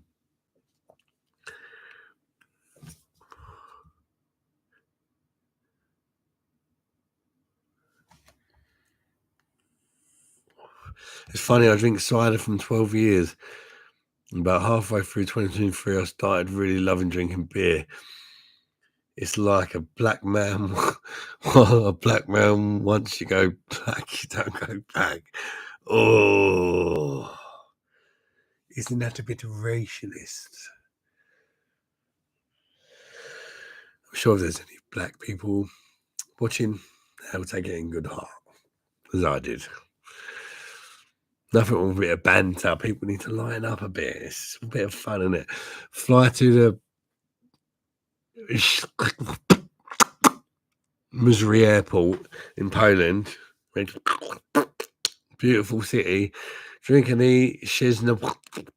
Czech beer bar. Dirt cheap. Visit bar vinyl. Great beer and music. I'd love to visit there, mate. But I have 5 children in the house that would not approve. Maybe one day, I'm old and grey. 10 years ago, Modelo was literally unknown, and that was the biggest selling beer in the USA. A great story. Mexican beer outselling their beers in America. They even wrote a street journal about it. That's amazing. I'll have to try it, mate. I only drink Carlsberg when I want to channel my inner Terry McCann because he used to drink it. The power of mainstream media ad. They can convince you to buy sand if you lived in the desert. Yeah, they could, mate. Cheers, mate. Oh.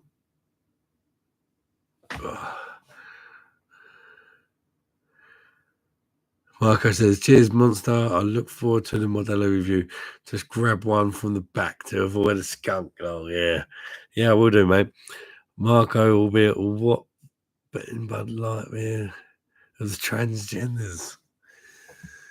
Isn't that a bit racialist? Genderlist?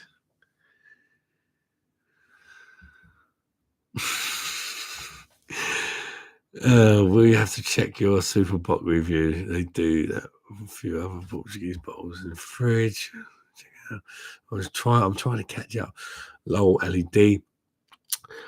LED says brewery, fantastic name, Rob. Need to find another famous uncle now for the next one. True. He's run out of uncles already. There's quite a lot of uncles, isn't there? Uncle Sam. Prodigy's immense, mate. Was gutted when Keith died. Yeah, so was I, mate. I do love a bit of Prodigy. Blur. Part Life Blur with Jimmy. Yeah, Part Life has got that. That's my kind of era. Prodigy, Blur. That sort of stuff, you know. And they went on to do the Gorillas and that, didn't they? And I instantly recognised that it was the same guy that does Blur. He's got that voice, and he.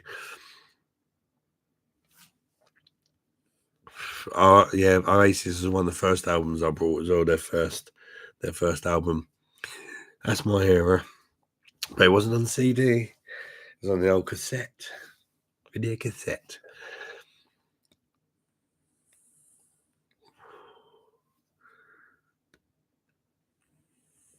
Be careful, some prick like Brewdog will stick your idea. Will steal your idea. Yeah, you do have to be careful of that, actually, mate. Careful what you say. Imagine going to the shop next week and you got Duncan Albert by Brewdog. What'd you do? Give him a dunkle fisting.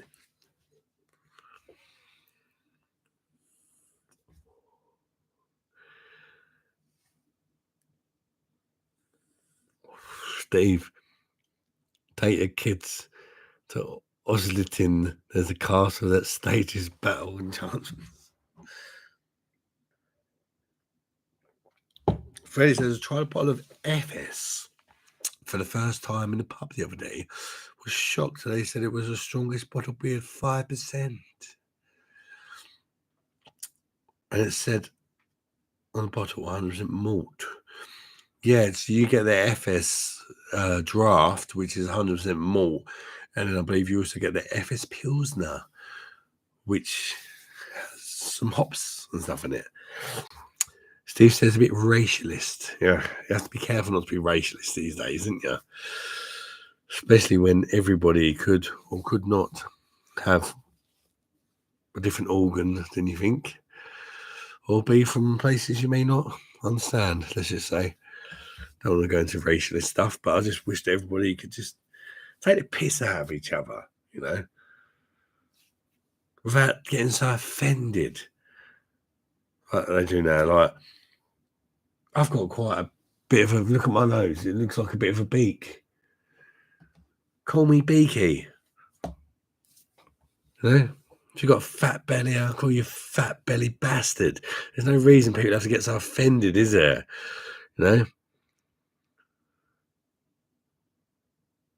Clover over Dover. What a tune. Jennifer Cross says Brewdog made fun up. Names hangover, marketing wank. Trying to be cool. Being mainly drink half a cans.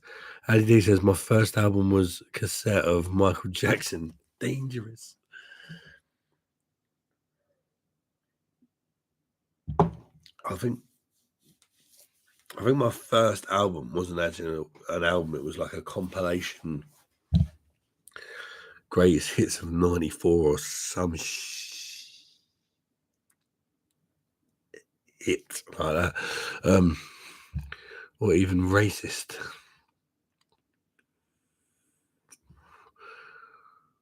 Oh, yeah. Oh, no, not that one. You know what I mean? Yeah, it was in EastEnders, wasn't he? Like years later. Or sometimes sell the whatever. Yeah. I can't remember.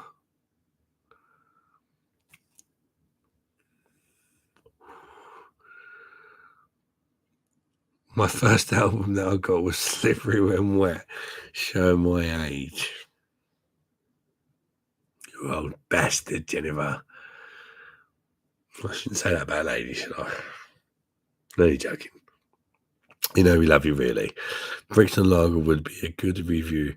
Not sure if you can get it in a can, though. I've actually got the glass in the kitchen of the Brixton Lager.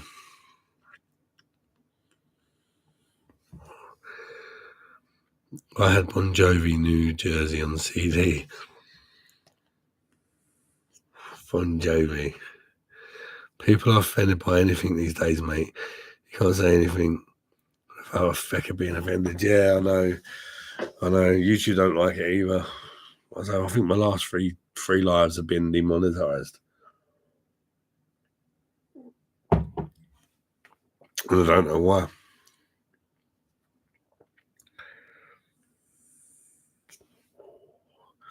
Steve says, Ant and the Adam and the Ants, Kings of the Wild Frontier. Sorry, I have hair metal thing. I have a hair metal thing. Hair metal thing. Like heavy metal. Each their own, isn't it? I listen to a bit of everything. I like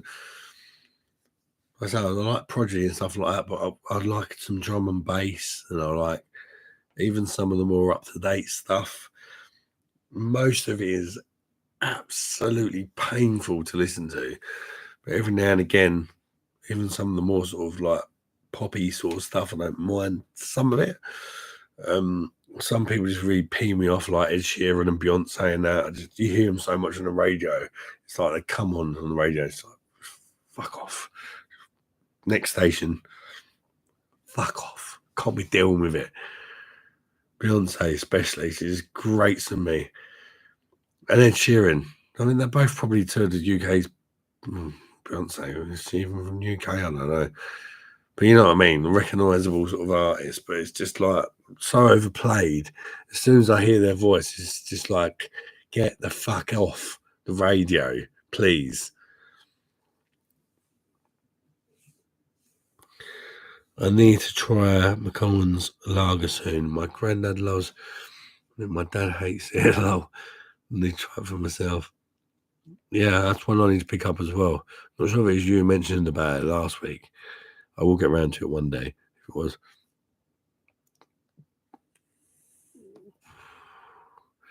No, I think they took out Steve's joke as you missed it out just now. We just need to keep it PG. It's decent, Freddie.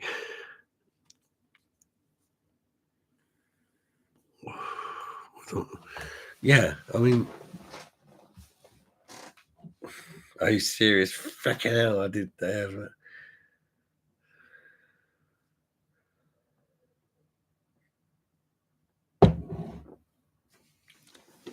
Mark, I haven't listened to a song made this century, I think. I've probably not missed out on that much, really, have you? Steve, apologies for the joke. A jock told me that in a pub in Warsaw, so next to a Jewish guy.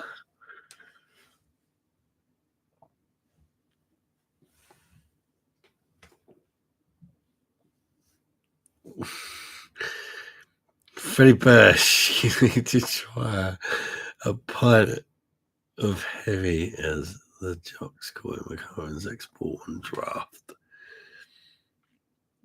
Oh, I feel smashed, mate. It's that shit.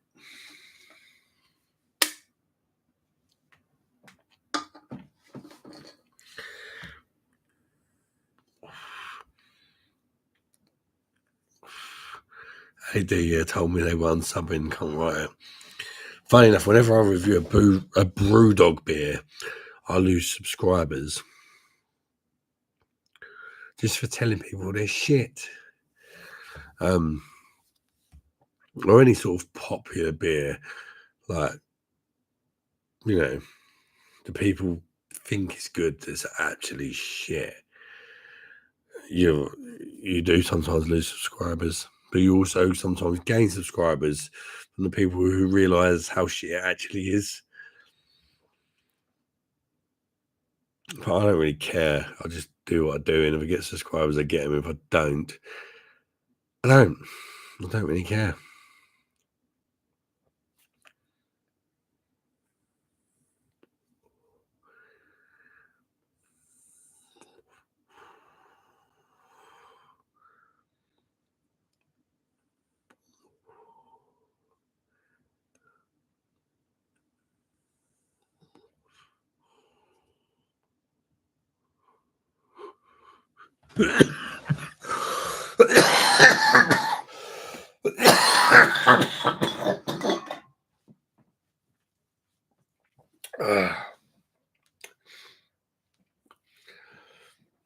I was saying earlier about how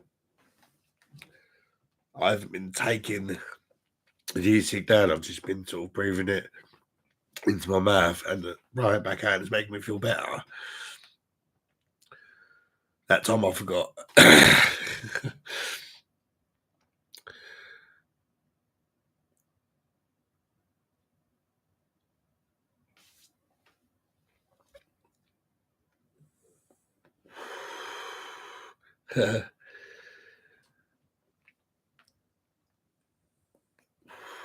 Tenants and macaroons are nearly the same. Steve says the old purple tin, sweet testimony, Lord, to the state I'm in. Freddie Burr says, what's your favourite typical corner shop beer, mate? Typical corner shop beer. Well, I would have said a Stella, but they've literally torn the arsehole within and done like a Ryu kind of dog it and fucked it off out there. Probably something, if you're talking super corner shop, probably sound like a Holsten Pills, Kronenberg, Tiski, if they've got it, would probably be the better option. That's the sort of stuff they sell nowadays, isn't it? Or if I'm feeling really fucking hard, they've got it, I'll get one of them. Ugh. Couple of them. No, not really. The normal Holsten. Don't drink that if you're not fucking hard, let me tell you. It's really making me feel pissed a lot quicker than what I normally would. But to be honest, I'm quite enjoying it.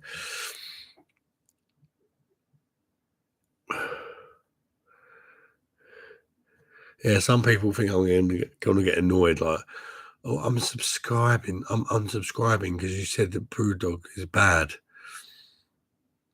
Go on then.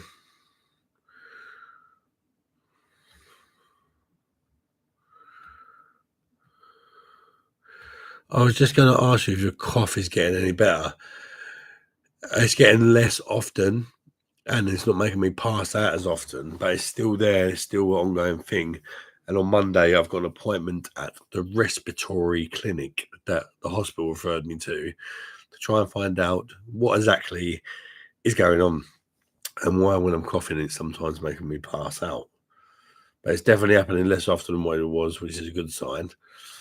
And I just want to find out what it's all about, what's going on, and get some treatment for it, hopefully. Just find out whether I'm dying or not. It's always a bonus, isn't it?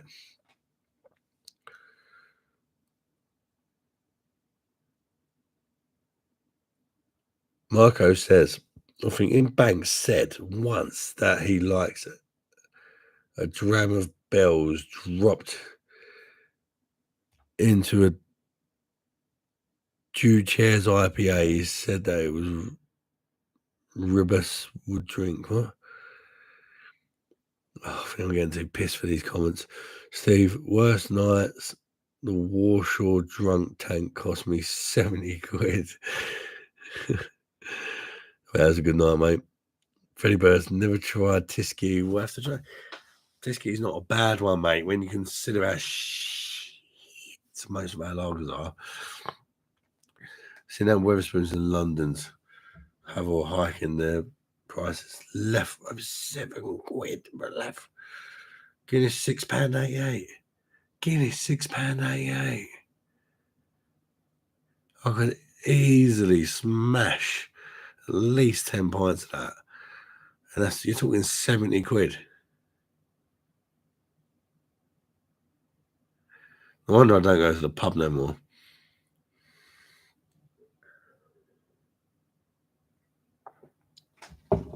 Yeah, I drank it in like 5 to 10 minutes as well.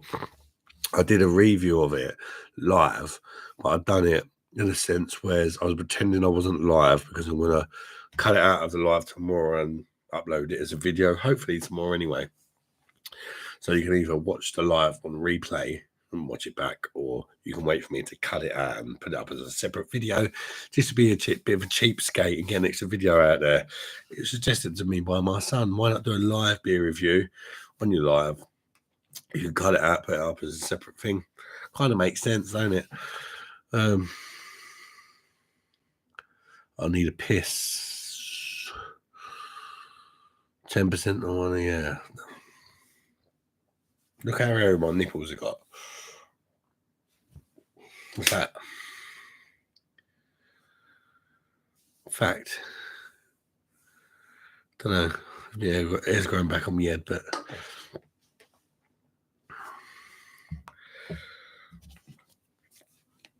yeah, Jennifer's a big fan of Tisky, actually. She'll tell you all about that. She is indeed a big fan of Tisky.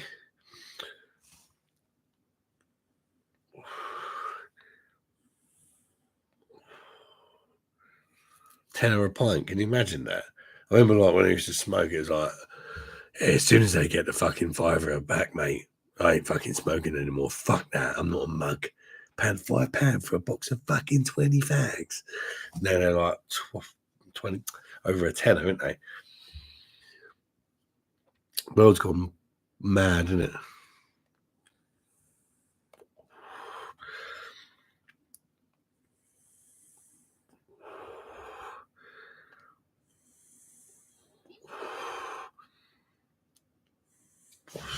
I'm going to go and drain the anaconda, so to speak, and I'll be back in a couple of minutes. Not have a wank, by the way. That kind of sounded like when I was going for a wank, didn't it? And that'd be choke the anaconda. Just going to drain the anaconda, not choke it.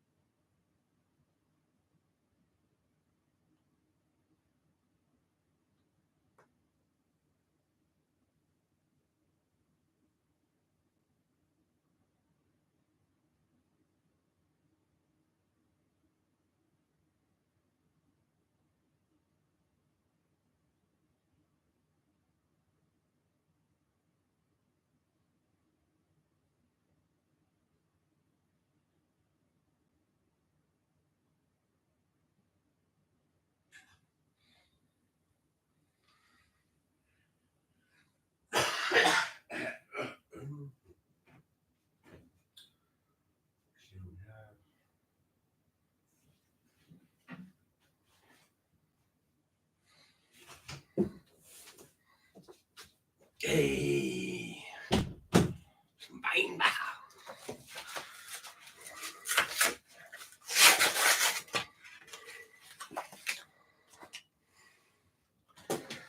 some more Weinbacher.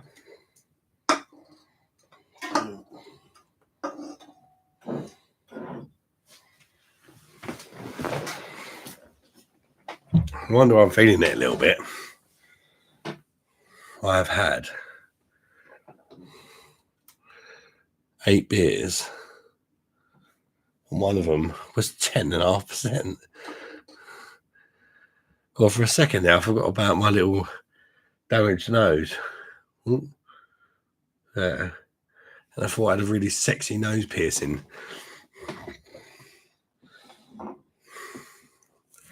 Right. Where's the bottle opener? We'll catch up with the comments in a second. Let me just crack open a couple of these Steinhausers.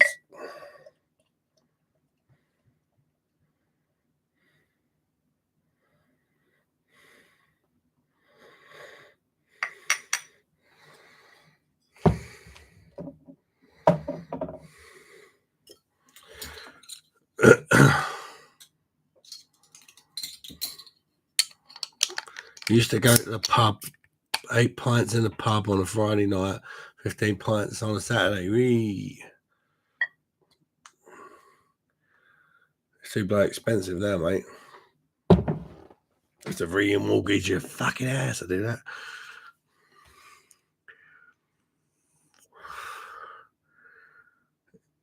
Homebrew's on his way back up, says Rob. 4 pints of Guinness for $6.50. I'll start home, thanks. Right. Beautiful guy. Thank you, Steve. I do try. Glad you found me attractive.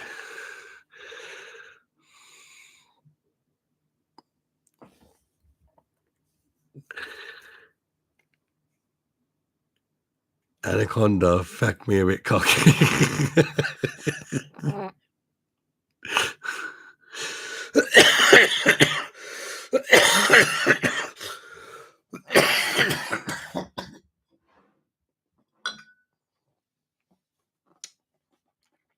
I wish it was an anaconda. I just run around just beating everyone up with it.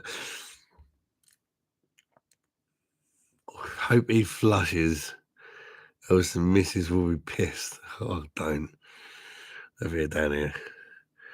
Actually, a good point, but you stick to UK hops is affordable with excellent grains in the UK.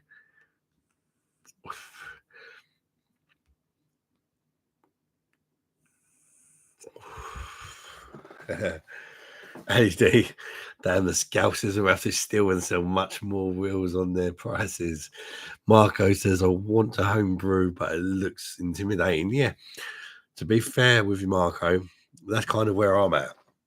I'm a little bit intimidated. I want to do it, but I'm a little bit scared. I might fuck it up. Probably will fuck it up. Probably learn from fucking it up, to be fair. Like most things in life, you fuck it up, you try it again, you fuck it up a little bit less the second time you fuck it up, and then the third time you fuck it up slightly less than the second and first time you fucked it up. And then maybe by the fourth or fifth or sixth time, you kind of have something reasonable, I suppose, and then you start getting good at it. I'm guessing.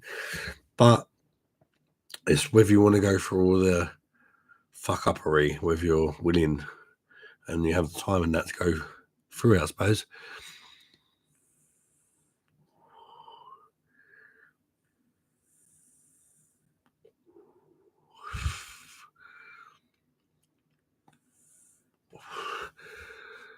Marco says, I've had 3 Bud Bars and a Buffalo Trace Dram. Steve says, lol.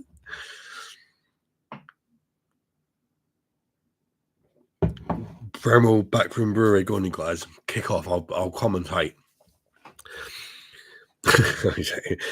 AD, you can easily grow hops, but yes, down south is better. But I can do it throughout the UK. They are just huge climates. Simo Sup says, hello, sick note. How you doing, pal? Simo, you dirty slag. I'm doing good, thanks, mate. Thanks for tuning in, Simo. Good to see you as always, bud.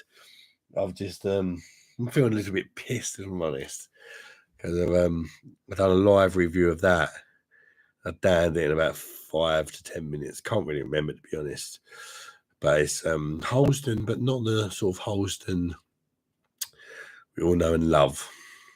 It's a 10.5% Holsten, and I can still feel the stupid amount of hair coming through on me man tits. It's crazy.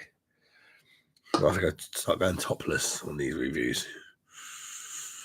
Check out my nipples.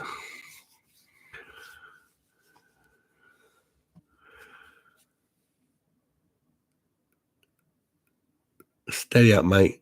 Knock the vape on the head for a bit. Yeah, Steve, I used to smoke about 40 cigarettes a day.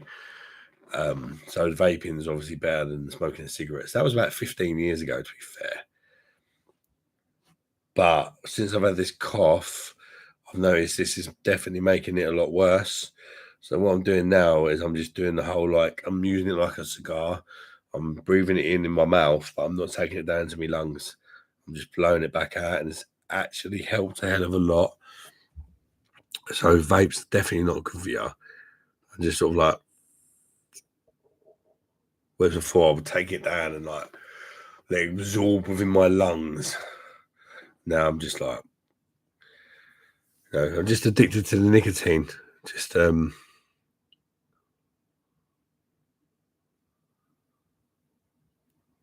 better than smoking. That's why I look at it. Frey says, looking forward to a super bock in the calf.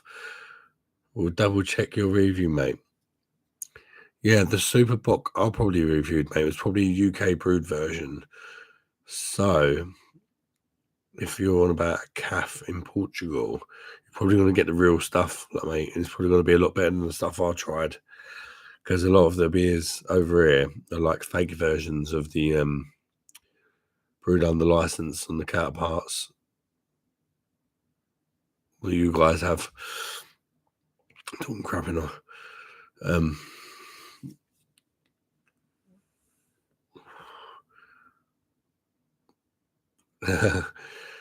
Bloody Southerners, no hate ad. Okay, they are like kidney beans and interesting. Marco says I get knows people to go north of Watford. Hey, do you're Southerners too? Question mark. Ooh.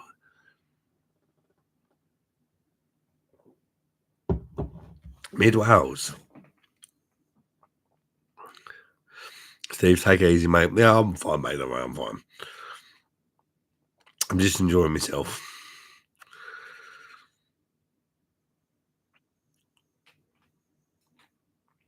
I probably won't be on too much longer, to be honest.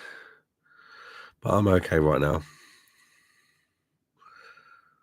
The last cigarette I ever had was the one 15 minutes before my heart attack. Never had one since. Bloody hell, well, that's one way to make you give up, isn't it?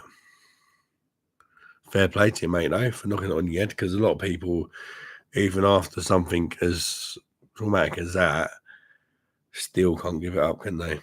And that's a bit like me. I get really addicted to things, and I know, like, just the thought of not having this is just making me want to smoke a cigarette.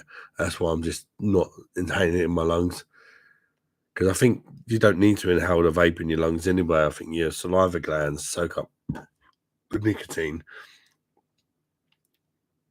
But I only use a low level nicotine in these anyway. It's more of just a habit thing.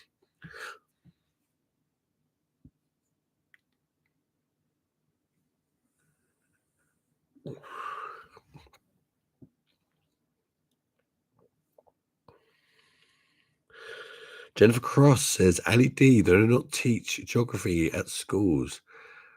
That was east to west, not north south.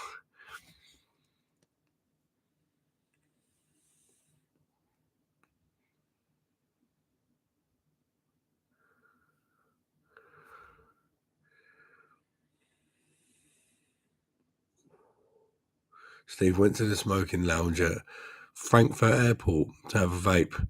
The tobacco thing horrified me. I lasted 2 minutes. Has anyone tried that new thing? I seen it in my local off license. Guy is desperate to sell it to me. If anybody knows anything about it, it's like it's not a vape, it's not a cigarette. It's called heated tobacco. It looks a bit like a vape, but apparently it actually uses real tobacco and it don't give no smoke off or nothing. But apparently it's better than smoking, or I don't know. Kind of need a bit more info before I try it.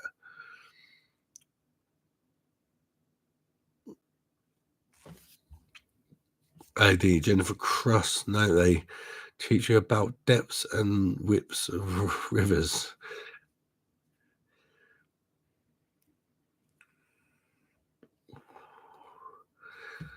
Marco says, yeah, the cardiologist told me a smoker has 7 times more likely to have a heart attack.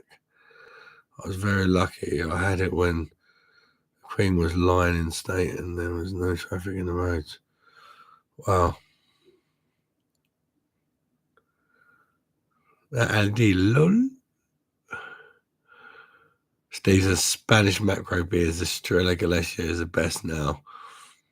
I've not had that for a while, actually. A few people have actually mentioned about that being good. So I might have to give that a crack. I can't remember if I've reviewed it or not, or if I liked it.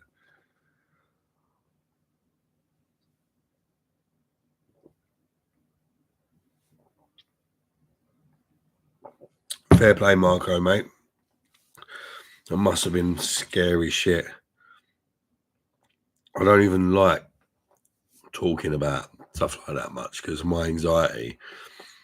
One thing with my anxiety is I don't like talking about hearts because I start thinking that I'm gonna die and shit. So I'm not being rude. I'm just purposely trying not to go into too much detail about that because, as I say, it triggers off my anxiety. I need a charger for my strawberries and Lidl. At Freddie Bears here. Bosh. I'm going to get off in a minute. Peace out. Keep spreading the word about shit beers in this country. Fair play. Bosh. Cheers, mate. I will do. And, mate, honestly, I really appreciate all you guys for taking your time to watch twats like me drink beer and tell you what I think of it. And that it's nice little group of people, actually. And it's really cool. It's really cool. I'm just going to get a charger.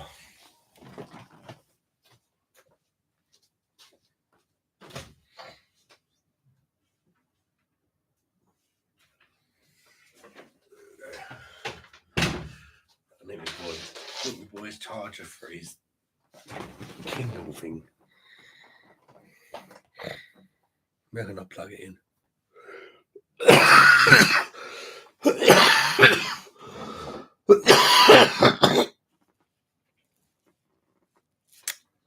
Probably not the most romantic thing you've ever seen. To apologise, guys. But when you need to cough up a load of shit, you need to cough up a load of shit, don't you?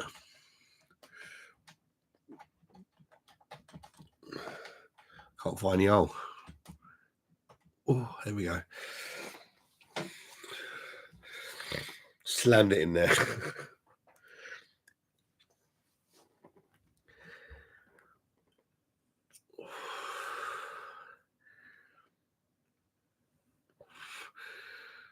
Freddie says, I'm going to get off in a minute. Peace out. I've already read that one. To apologise. Don't know, I might pick it up. No worries, mate. I'll be watching another twat if it wasn't you. There's plenty of twats out there, mate. Steve says, like what you do, mate, cracks me up. Cheers, mate. I'm glad you enjoy it. I just do what I do. I enjoy it as well. It keeps me sane, to be honest with you. Being someone who's disabled, I spend a hell of a lot of time on my own or just for the kids and that. And it's like a little escape for me.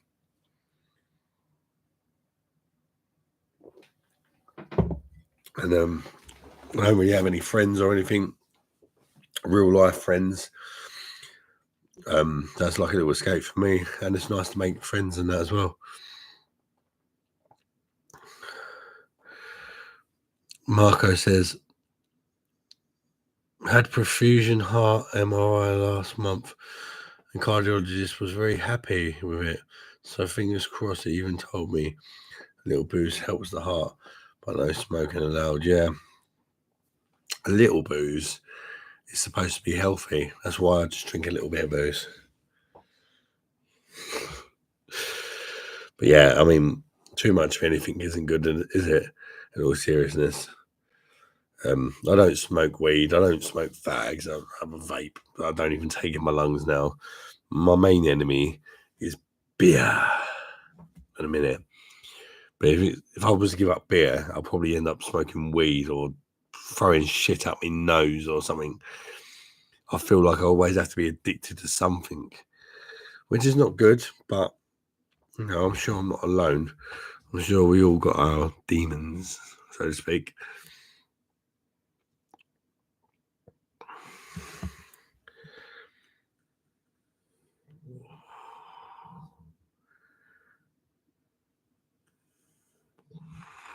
That's not what a woman wants to hear. You can't find the hole.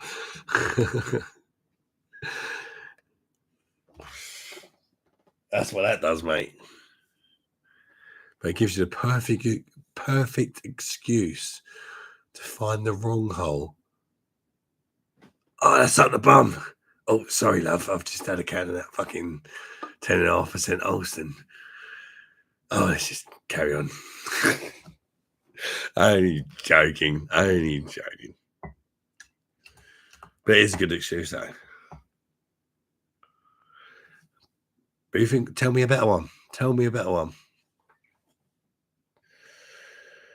a bit raunchy here, isn't it? And the need to think of a name for these lives, for the Beer Monster lives. Do we call it a virtual pub? Someone's already done that. Do we call it a madness piss up session amongst people from around the country? Or I don't know, what do we call it? I don't know. Give me some suggestions, guys. I always really do take any suggestions you guys give in mind.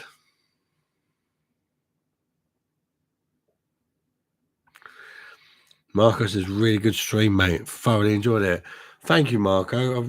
I'm glad you've enjoyed it, mate. It's like, for me, I'm just sitting here chatting to you guys.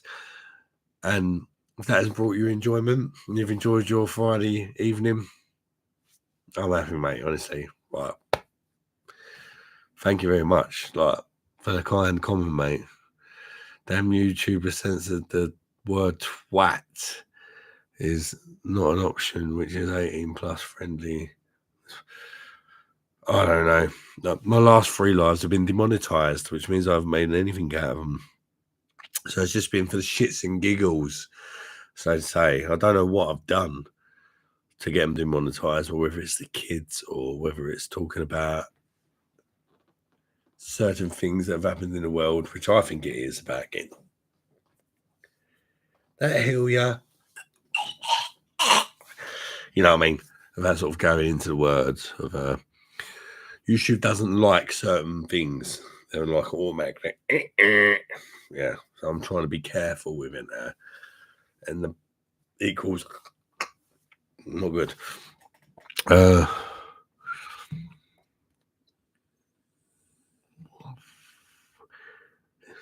Just when you're drunk and just woke up.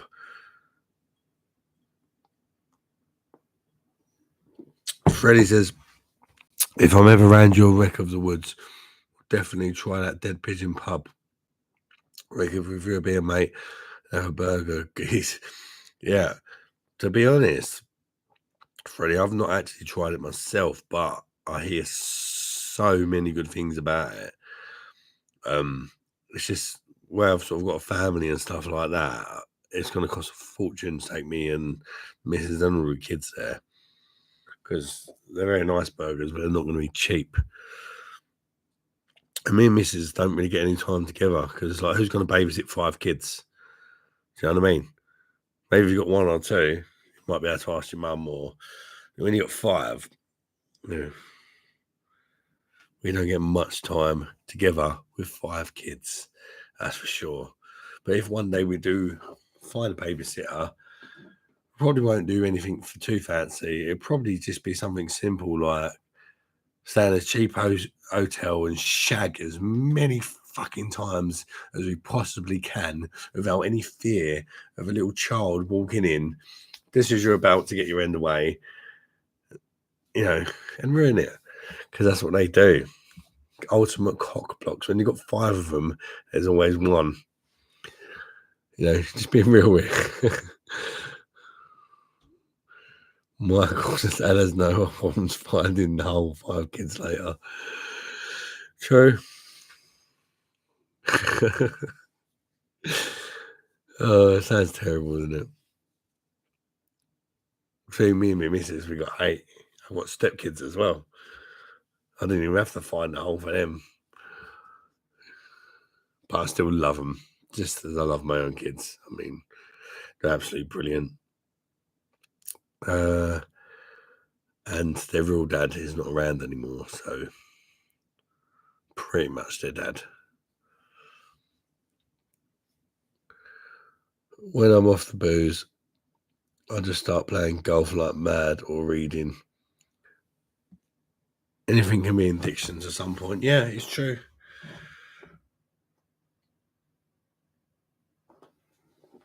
Ali D says, Jennifer, probably, but click on some rap video with twerking asses, and that's fine, but saying twat in a small chat is much more offensive. Booze nights for lives and boogie nights.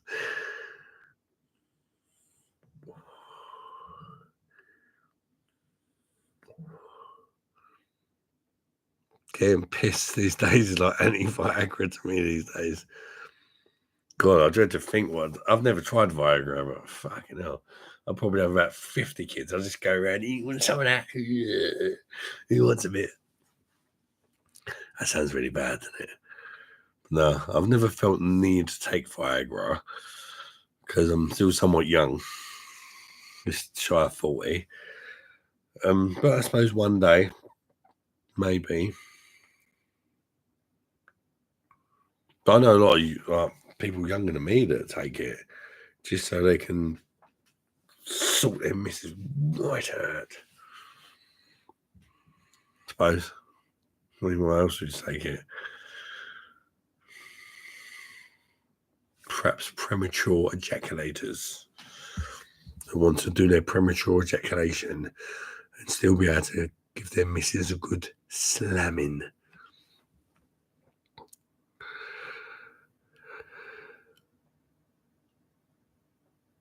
Blue pills stashed away in case of heavy booze ups. Do they even work, the blue pills? Or do you actually need them? I've seen them in the bogs of the male toilets, the blue pills. I don't know if that actually works. It's not Viagra, is it?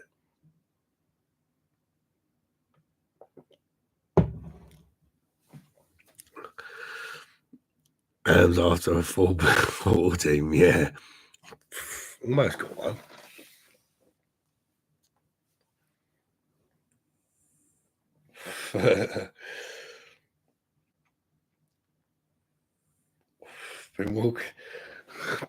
AD says been walking around like a Dalek on Doctor Who. Steve says AD works well and impresses the gal, especially after 6 beers and a bottle of red. Take some Viagra. That's one thing. What about you? You're smashed off your tits. Meet a lovely lady in the bar, and you're pretty sure she wants a bit of you. And I guess Viagra comes in handy for that, because when you're smashed, you might not be able to get it up. That can happen. And it can see you through, can't it?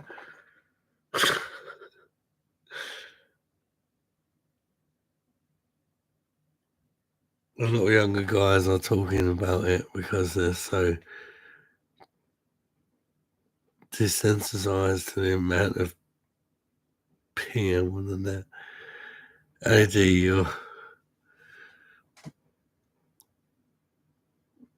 that you get someone to not get that up serious nightmare. I don't have that problem, mate. I have the problem of getting out too easy, I suppose.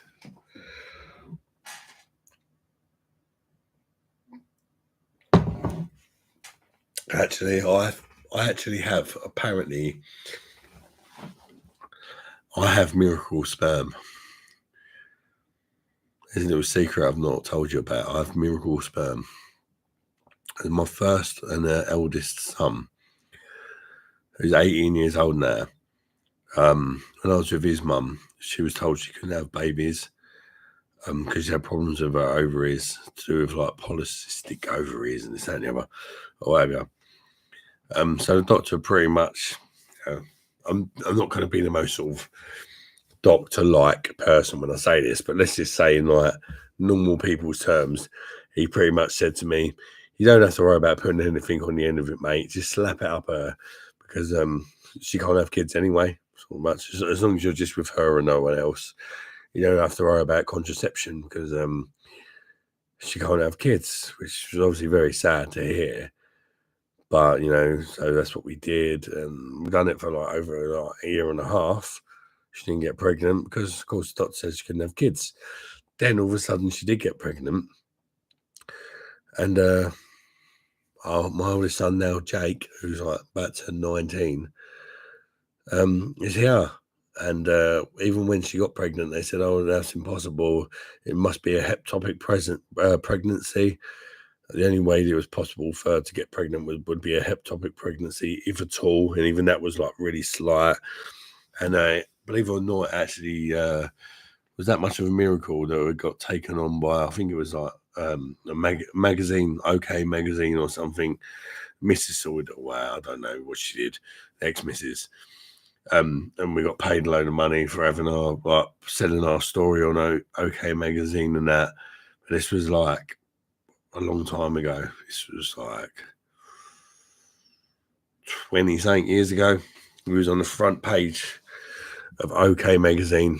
Picture of me, the baby, the ex-Mrs. Miracle semen.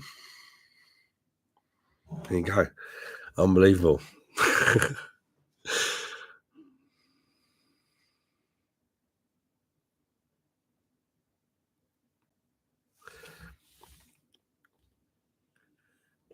Well, a condom on a special night's posh wank.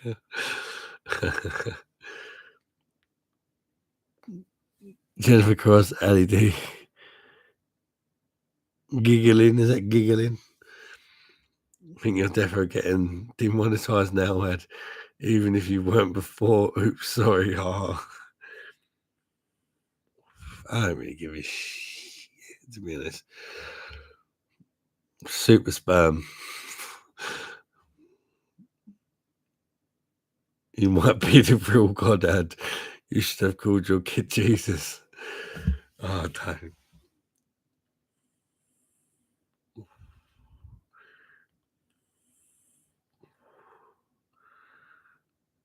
He's got better than the Arsenal striker since Bergkamp. To be fair, you're probably right about that one. Maybe Henry. He had quite a good aim as well. I didn't even have to aim. Oh, there you go. Couldn't get pregnant. Oh, there's a baby. No, it was kind of mad though. In all seriousness, like with my firstborn, I'd say she literally got told she couldn't conceive, and even when she did, it was told there was no chance. He is our little miracle baby, bless him. And I laugh about it now, but back in the time, it was very scary because when she got told she was pregnant, but it was impossible. They sort of said to us, it was impossible basically for you to ever get pregnant, and now you are pregnant. Don't keep your hopes up, because part of the reason we said it's impossible, because even by the slightest chance you could possibly get pregnant, it would always be hectopic. So that's where the miracle thing comes into it. And then he was born in special care early, and he was a really, really tiny baby. So even when he was born, it wasn't like oh, there's your baby, well done. It's a miracle. It was still, even then, like fighting for his life in special care and stuff like that. Yeah, it's kind of mad, really. But he's definitely caught up now. He's a big bastard now. He's taller than me. Like 6 foot odd. Built like a brick shit ass, considering he was like 1 pound Saint baby. Or whatever. He's definitely caught up. Can almost beat me in an arm wrestle now, and he's only 18. Every time he comes around and see me, he's like, let's have an arm wrestle, Dad. He's waiting for that day where my old age overtakes his youthfulness, when he can go to the gym and all that. And he's like, yeah, I just beat my dad in an arm wrestle. Last time he come around, it was a right struggle, I'm not going to lie. It's normally really easy.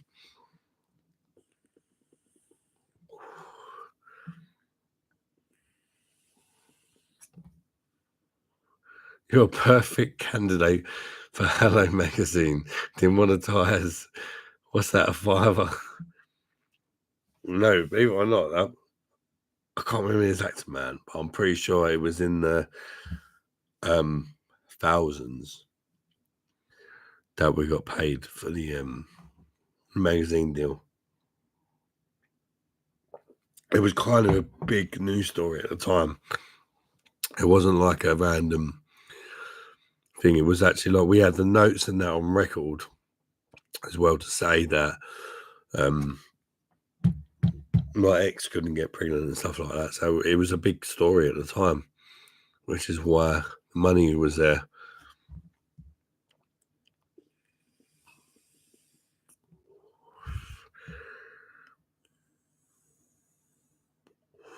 Spunked it right in the goal. Well,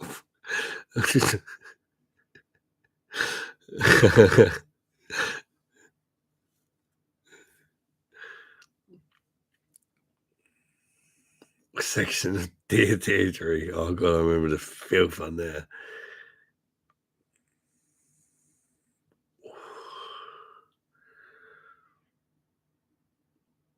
AD, you sound like a sheep pimp. This says I'm the most photogenic guy on the planet. Perfect for Hello Magazine. Apart from the wonky eye and a large skull chrome dome. It's all about the pinky wrestles now. And for the woke brigade. AD says Hello Magazine all day long.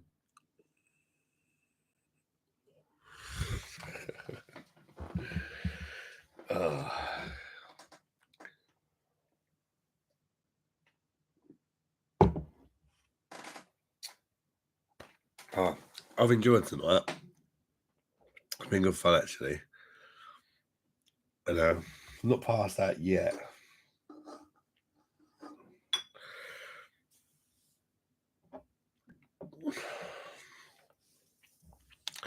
But I probably will go soon. Because I can feel myself getting a bit pissed.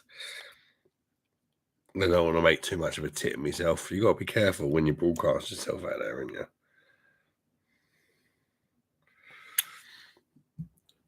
I've probably already made myself a bit of a tit. I've been going for 4 hours. Near enough.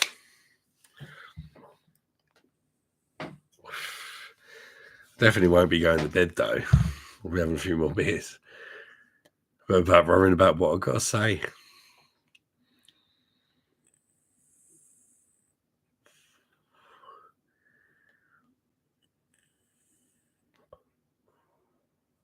Jennifer Cross.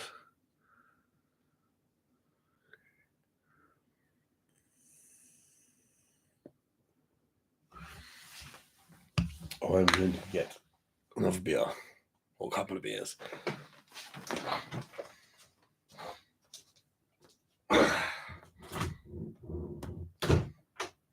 Munch.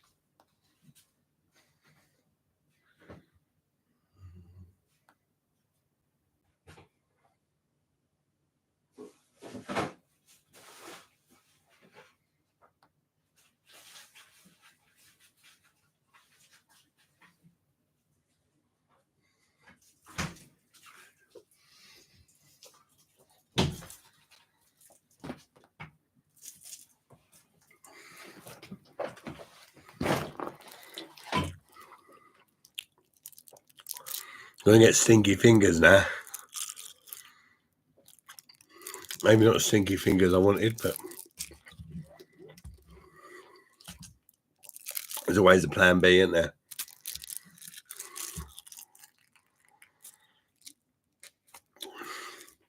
The old crab sticks don't actually contain any crab, do they? Finger it from the bottom, it all pokes out.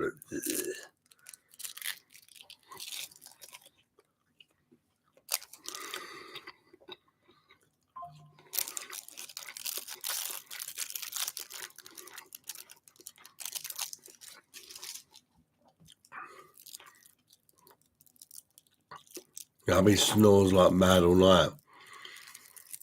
God, you want to hear me?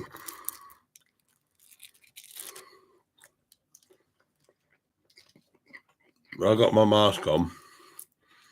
You see about me, I'm alright. If I ain't got my mask on, it's like sleeping next to a train track. And the train's always going by.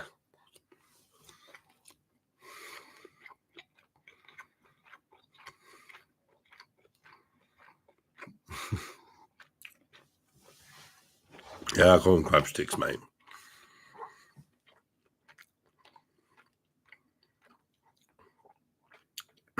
I foresee some oven chips in the air fryer in the very near future. Maybe one more like a first. Yeah, get to that time, innit? Start getting hungry. Even if you haven't particularly got anything in, start looking through the freezer, thinking about some old shit that you've had there for ages. Find what you can, don't you? Oh, well, manky bag of chips there. Stick them in the air fryer. Bit of cheese or whatever.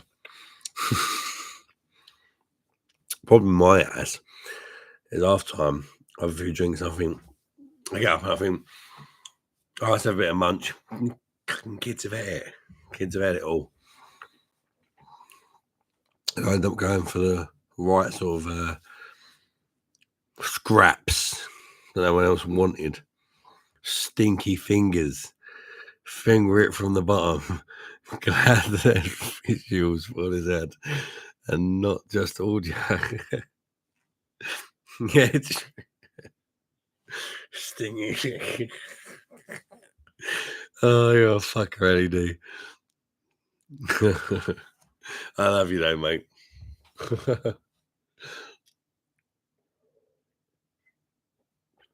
Air fries are okay, but on the flip side, how many houses have they stopped him?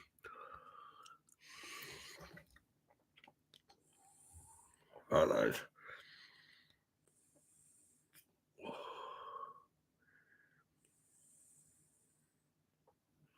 Probably not many. Right. I kind of feel like I should go. A part of me feels like I don't want to go. What do I do?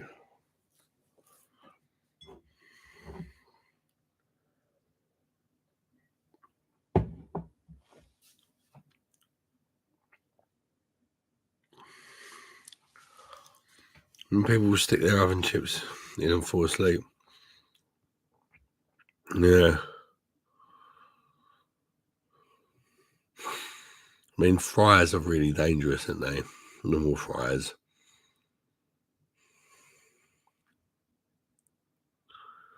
But anyway, let's just not have a fucking debate about fries. I'm supposed to getting pissed this Friday night.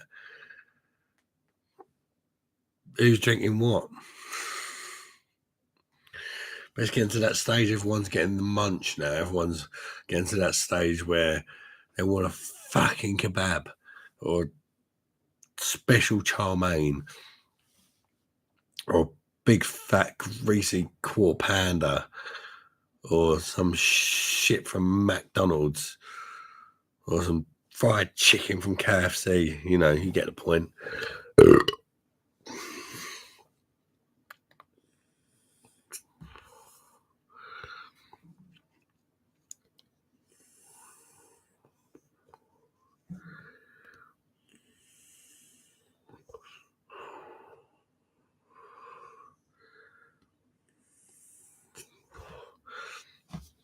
Yeah, I'm tired, LED. You know I'm tired? Because you probably know I've got sleep apnea, so I have to wear a mask when I go to bed.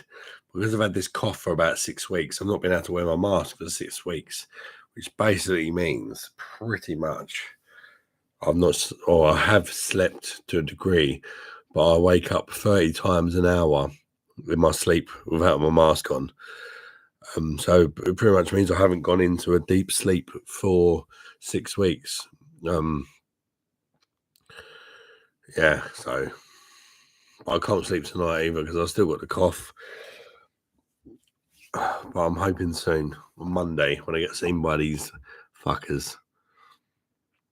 We saw Eric. Hey, what's going on, Eric? Good to see you, mate. Emic Remgerson on Gear Shifter IPA. Lovely. Isn't that is that a little one, mate? Gear Shifter IPA? Could be wrong. Gear Shifter.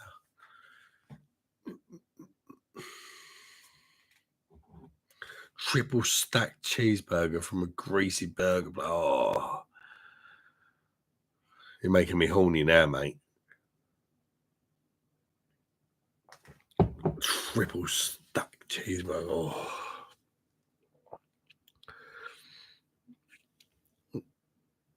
It's from Lidl. I'm pretty sure I've reviewed it. I can't remember if I liked it or not, because I've reviewed so many bloody beers, I end up forgetting half of them. I think I might have liked it, being as I remembered it when you said it. So I probably either liked it or really hated it. It's the ones in the middle I tend to forget.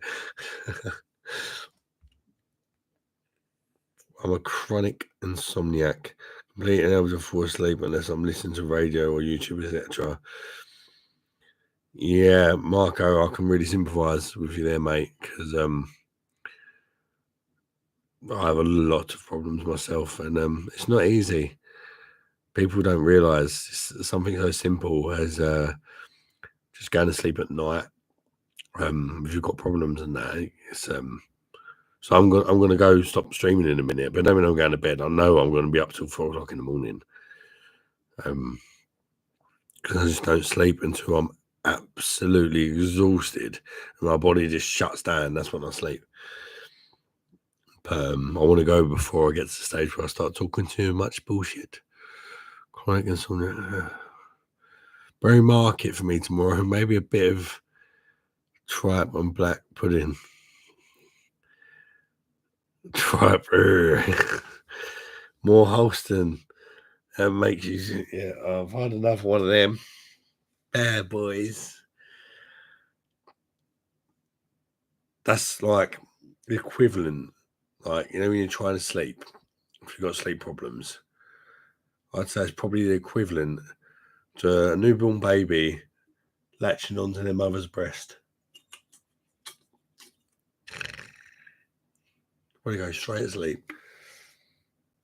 Unfortunately, I only have one of them.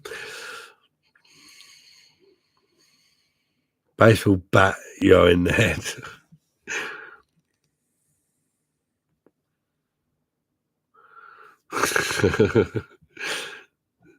Soul Buxton, the mother's breast. Yeah.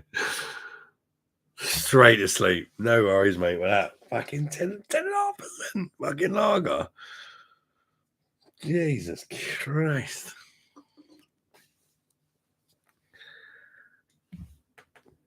Friday, I'm back with brewery. I think I'm going to have a homebrew double IPA next before bed. That's it. Sometimes you need one of them strong ones in your bed. Maybe I should have done that before. Maybe I should be reviewing this now. Like, oh yeah, now I'm sort of on my way. I'm going to review this Holsten fucking 10.5%. I'm going to fuck off to bed. You slags. All right. But yeah, I ended up doing it right at the start. But in hindsight, I probably should have, you know, if you can stay on until I'm about to go, you'll get to see me review this 10.5% beer, you dirty slags. By the way, I don't really think you're dirty slags. I can't really say much about dirty slags because I'm a man with many children, so you could call me a man dirty slag. Really, couldn't you? But I wouldn't get offended because I've been called it quite a few times before, to be fair.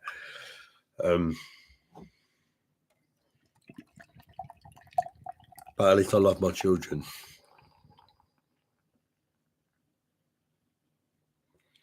But I might be a bit of a slag.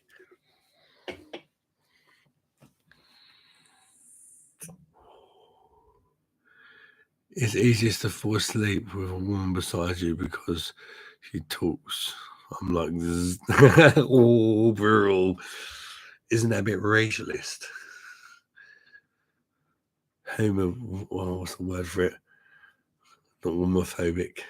Trans. There's so many phobics now. You don't know what fucking one means. What do you? Sexualist. No. sexist. There's too many, like, I don't give a fuck if it is or not, mate. Bit of banter, innit? Sol Buxton says, I've had 2/3 of a pint of 10.5% double England IPA the other day for £9, but it sent me right to sleep. Fair play, mate. I had a 10.5% and about another 10 beers since. Just a joke, everyone. Yeah, we know, mate. A bit of banter, innit? Sleep time for me, boys. Good night, Jennifer. Really always nice to see you join. Have a great weekend, Jennifer, because yeah, I'm gonna try and make it a regular thing, people, Friday nights. Even though there's bigger channels out there and all that review on Friday nights. I don't really care. If you want to come say hello to me next Friday night, come do it. Don't go dreaming about Adam's breasticles, man breasticles. You like that, don't you, bitch? That's how I pull all the birds. Show this. Don't worry, it was the first beer of the night. No, they might be bigger than mine. I'm just jealous. Yeah, fucking size. Look at them fucking birds in tits. So that would put my wallet to sleep.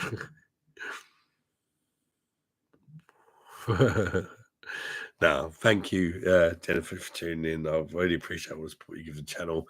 And to everyone, I think it's probably a good time to wrap it up now. Before I say something stupid, I've had quite a bit to drink tonight. I could still go on, but probably trying to be sensible here, and Orbit is mental. They had 14%, and they only sold in third pints. Proper hipster place. Adds double D's. Yeah, look at my fucking tits. Double D's. Yeah.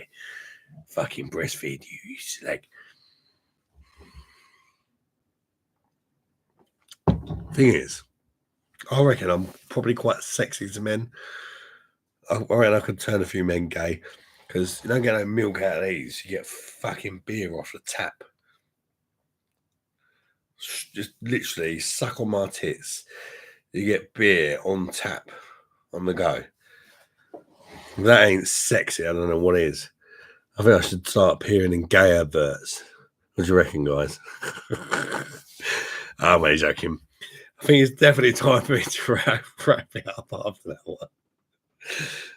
Thanks, all you legends that have joined in.